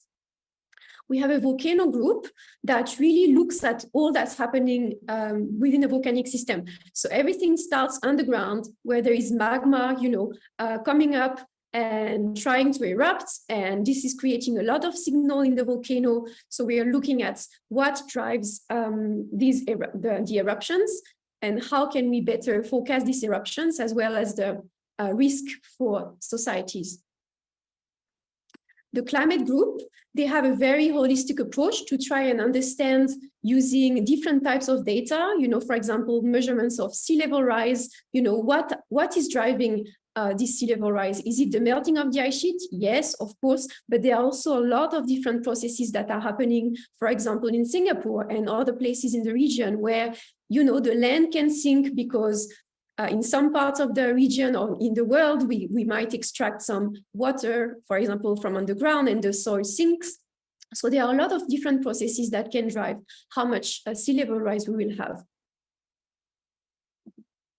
And finally, the last group we have is the risk and society group. So a lot of our scientists are trying to bridge the gap between all the science that we do and how we can have societal impact. So they are basically looking at, given all this I've been talking about, like sea level rise, how can we find solutions? So for example, using nature-based solutions such as mangroves or coral reefs to protect our coasts, looking at our economic vulnerability and how we can change and reduce that so then we are less vulnerable to disasters when they happen, and how this, of course, changes with time so that societies can keep benefiting from our research. Finally, I wanted to mention briefly, this is the gap to the next session. So that's the work of my team. So I'm from the community engagement and education team. So we basically try to bring the science out of the lab. So we work a lot with different stakeholders, different audiences, may that be the general public or students before they reach uni. We try to raise awareness on earth sciences, geohazards, and so on. And we engage a lot with the media, different partners. So we want to basically promote a safer and more sustainable future. We work with the Ministry of Education of Singapore to improve the curriculum of the secondary schools, and we constantly have ongoing projects to basically co-create, things so that we know that they are being used and helpful. Okay, so that was my very short introduction of EOS. The next thing I wanted to do with you was to play a little game.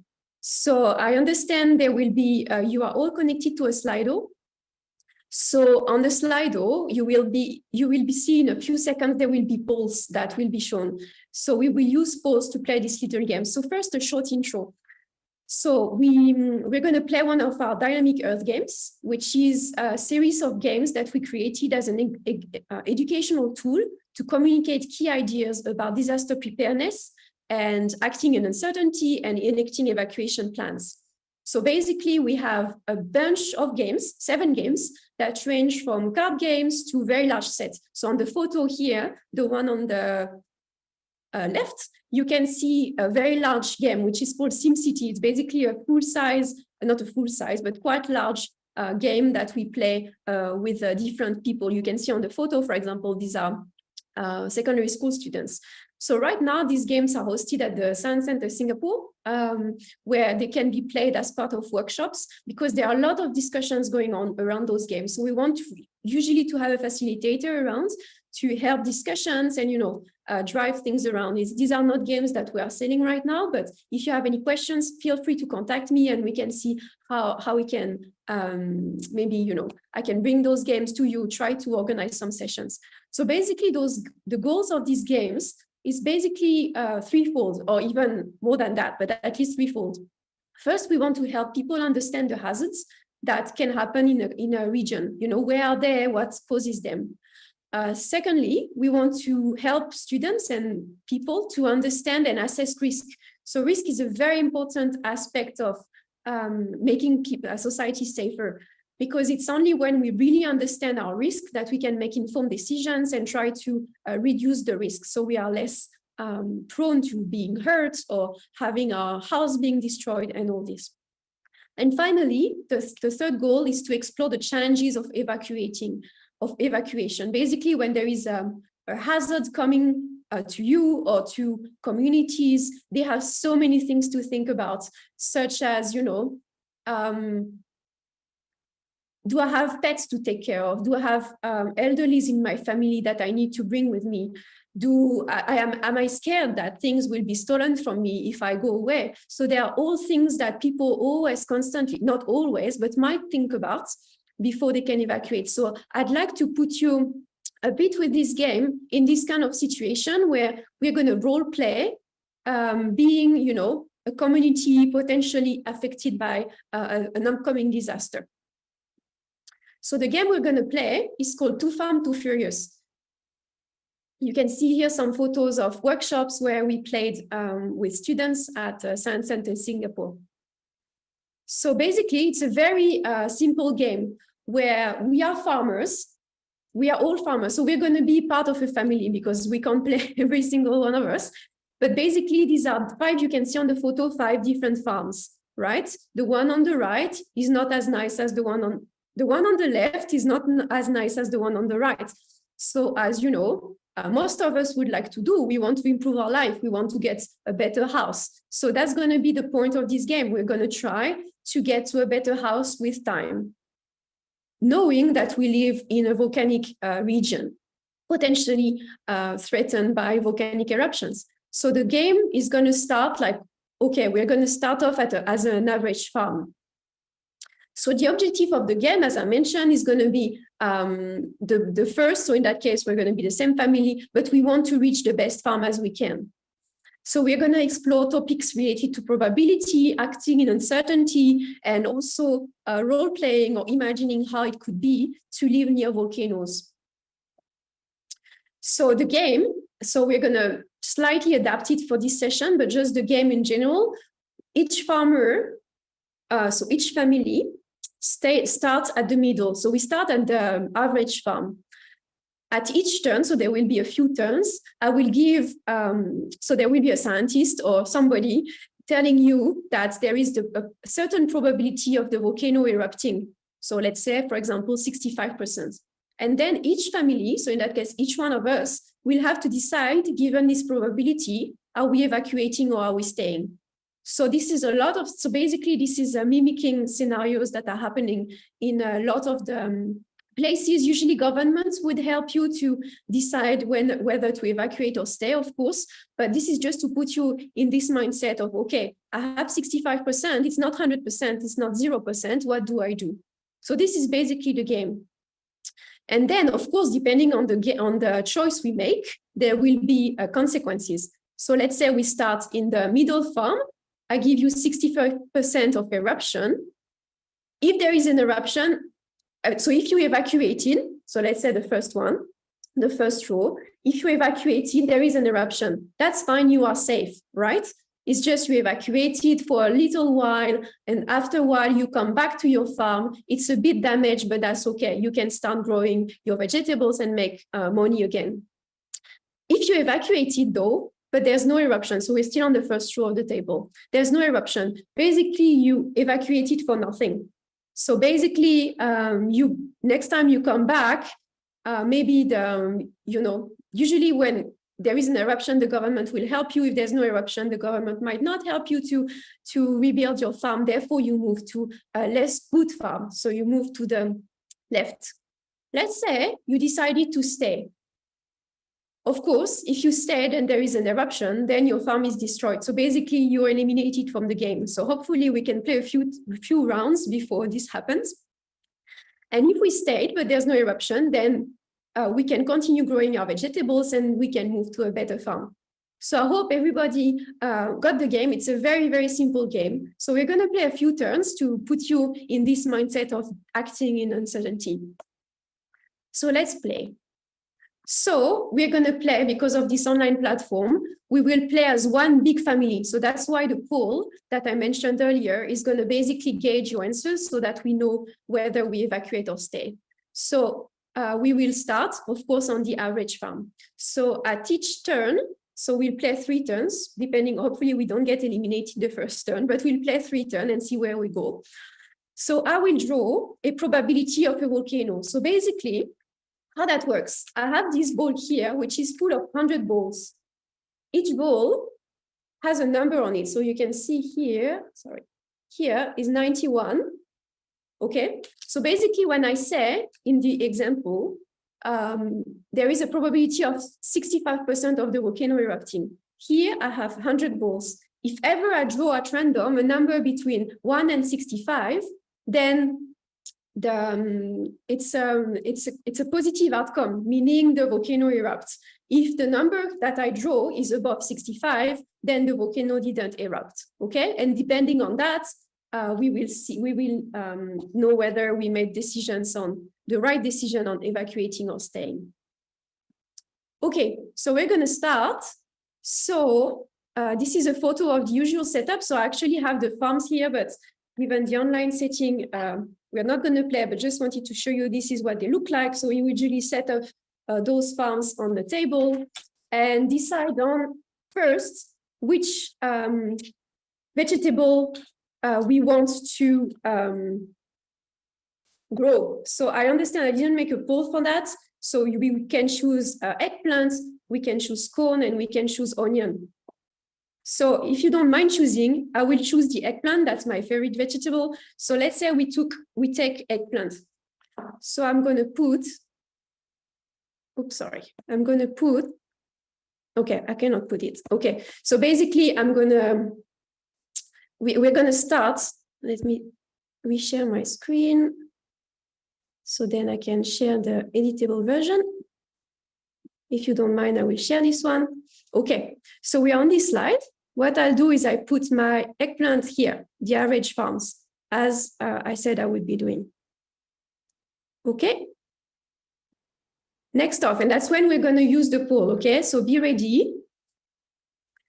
The scientist is basically telling us that there is a 39% chance of the volcano erupting. What would you do? So that's the poll starting. So if you go on your Slido, you can choose, given the probability that I gave you, do you choose to evacuate or stay? So I will give you a few minutes, or maybe 1 minute, to 1 or 2 minutes to answer. I hope everybody can see the Slido on the poll section. And you basically need to tell me, given a probability of 39%, would you decide to evacuate or stay at your farm?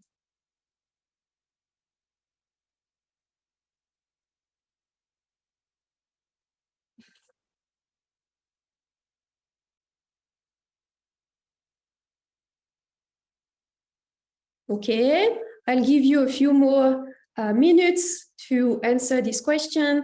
I mean, obviously, it's all subjective. People have different risk perception. People have previous history. So it's all normal that we have different answers, especially when we are like in this 30, 60% probability. So there's no right or wrong answer in the end because it's all probabilistic. So it's okay. Don't worry about what you say. Just give your best bet. If you were in this situation, what would you do? Okay? Okay, so I guess we can close the poll so we can do a few more rounds. So I can see that most of us chose to stay. Yes, 67% of us chose to stay. So what I'm going to do now is draw a number here. If the number is between 0 and 39, that means that the eruption happened. If the number I draw is above that, the eruption didn't happen. Okay? So,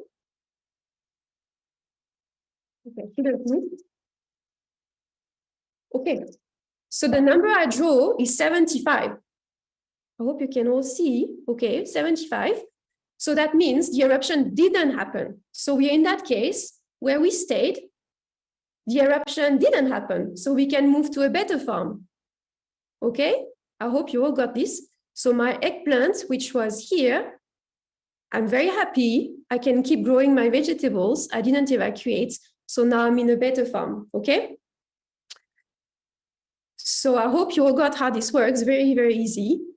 We're going to play a few more rounds so you can get to experience different situations. Okay, so all is well. Of course, you're living in a volcanic area. It's not very, sometimes, you get a lot of information coming from the different agencies.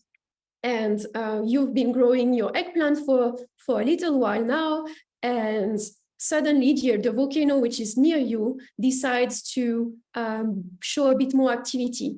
So the scientists are telling you, okay, it's a bit more this year. It looks like there is a 68% chance of the volcano erupting. So can we launch the second poll? And I will let people decide what would they do in that case when there is a 68% chance of the volcano erupting. Would you decide to evacuate or would you decide to stay?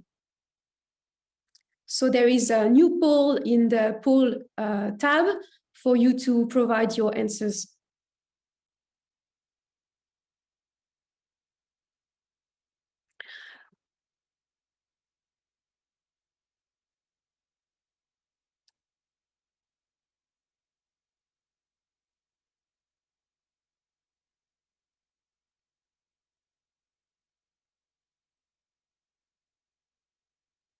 Okay, I'll wait a few more seconds for you to give your estimate or you give your choice.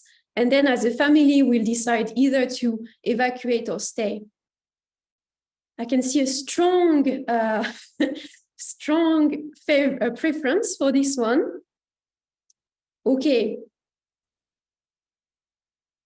So I guess there is a clear answer. I mean, perhaps more of you want to answer, but clearly, as a family, we feel that we should evacuate. The number is way too high, 68. It's not worth staying and risking the eruption to damage us or our family. Okay, so I'm gonna draw another number, same thing. So again, if the number is between 0 and 68, that means the volcano erupted. If the number is above, that means the volcano didn't erupt. So random draw. 17.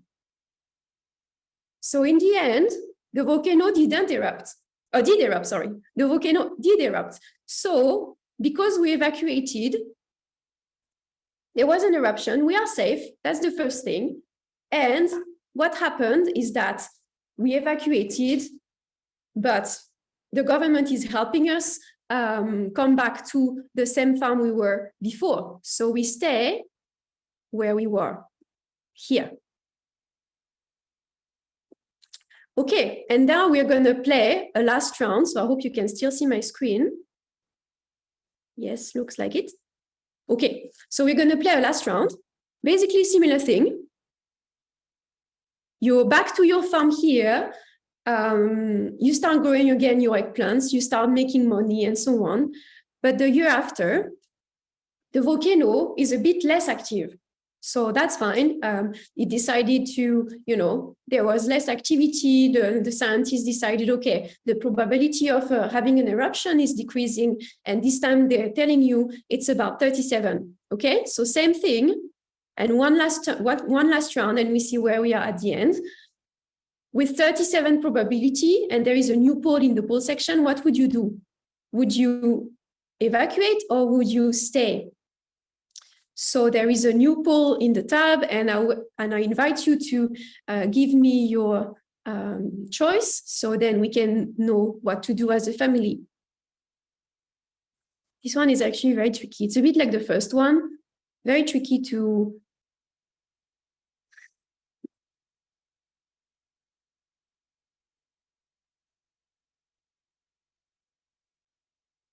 all right, I'll give you a few more seconds.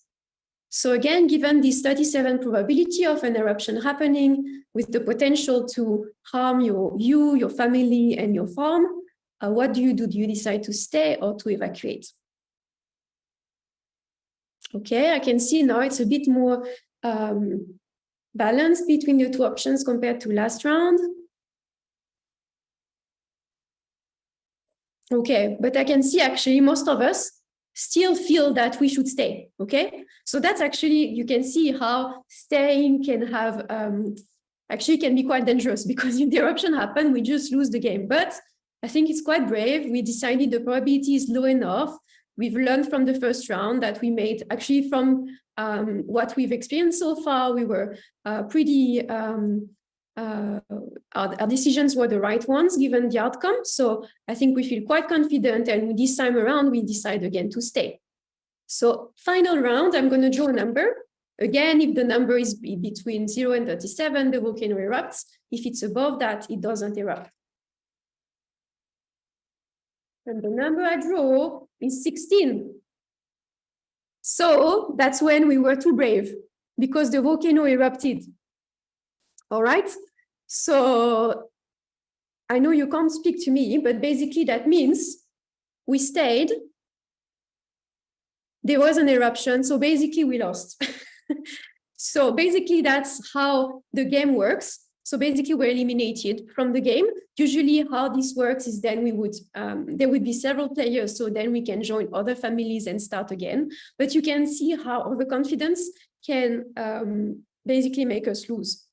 Okay, so I hope you kind of, I know it was a bit short and usually it's a bit more interactive. I have actual props to play with, but I hope it gave you an insight about those tools that we use to basically engage communities and try to also help them become safer and more sustainable alongside our research that are meant for more policymakers and media. So that's the end of my presentation. Thank you very much for participating to the activity. I hope you had fun. And now until the end of the session, so that's about 10 minutes, I'm happy to answer any questions you have. Thank you. So I'll stop sharing my screen.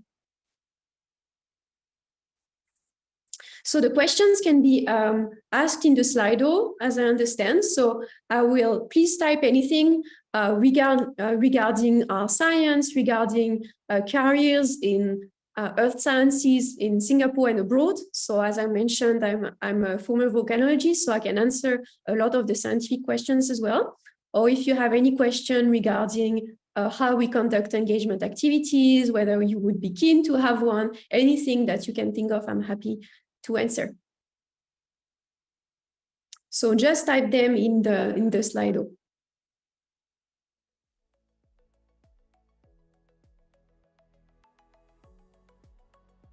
Or for example, it can be just a comment whether you liked the game or not. It's also very nice for us to have feedback, whether there could be things that we can improve in the game, whether, you know, anything.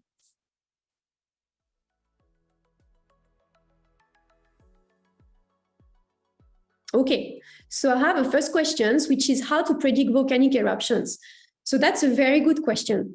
So how basically, you know, in the game, scientists were giving probability for an eruption. How do they actually know that? So there are a lot of things that scientists can do to predict eruption. So again, predicting eruption is the holy grail. We're not quite there yet. We try our best to understand what's going on at a volcano. We can warn communities, you know, a bit like the game we played with giving probabilities, but it's not a prediction saying, okay, this volcano is going to erupt tomorrow at 10 a.m. We are far from being able to do that on a very efficient way and everywhere. So basically how we do to know how to predict eruption is to basically understand the status of the activity of the volcano. So I mentioned we collect a lot of data, right? In the beginning of my talk, we collect a lot of data in the region, and that's actually not unique to us. We work alongside monitoring agencies in Indonesia and the Philippines and other countries to maintain those stations that can help these agencies better understand what's going on. Because a volcano, by its state, when the magma is going to try to come up and erupt, it's going to create a lot of different signals in our stations. It's going to create micro earthquakes. It's going to cause the volcano to deform.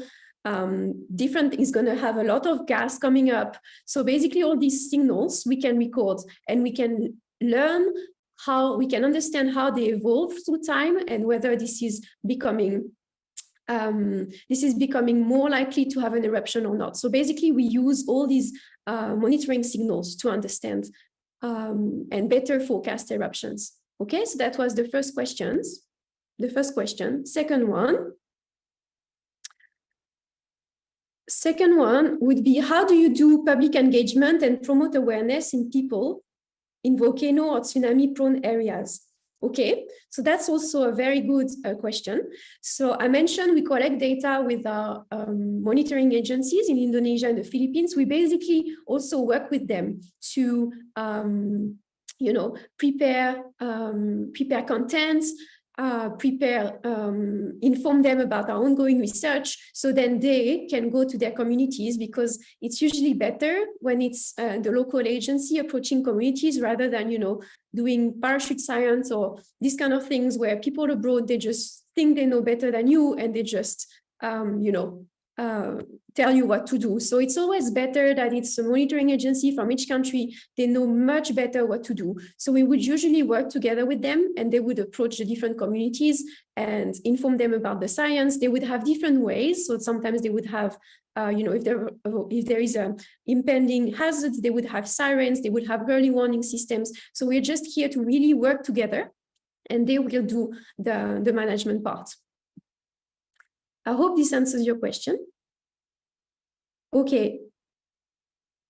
Thanks for the feedback about the game, interactive and fun. That's always nice to hear.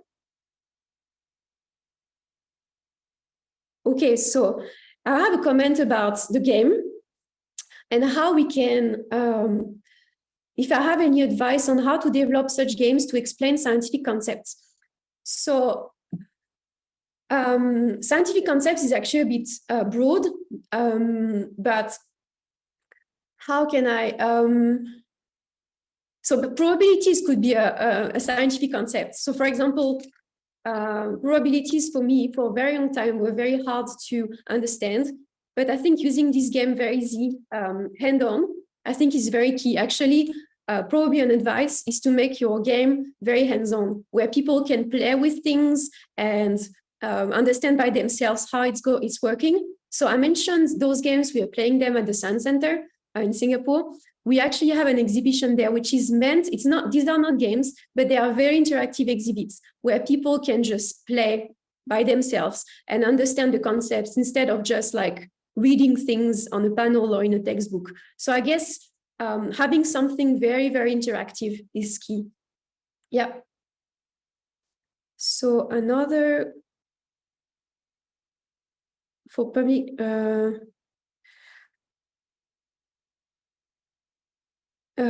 thanks for the creative idea with the game. Do you have other suggestions for public outreach that you found have been successful and engaging?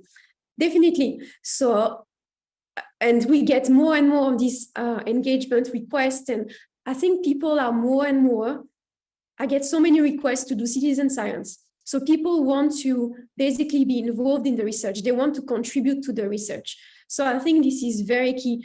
Like what I mentioned before, co-creating things with communities is definitely more efficient than just telling them what to do or just like talking to them about what we think is better, but it doesn't relate. So I think what we've been doing recently over the past few years is really to work together with communities and trying to involve them in the research process.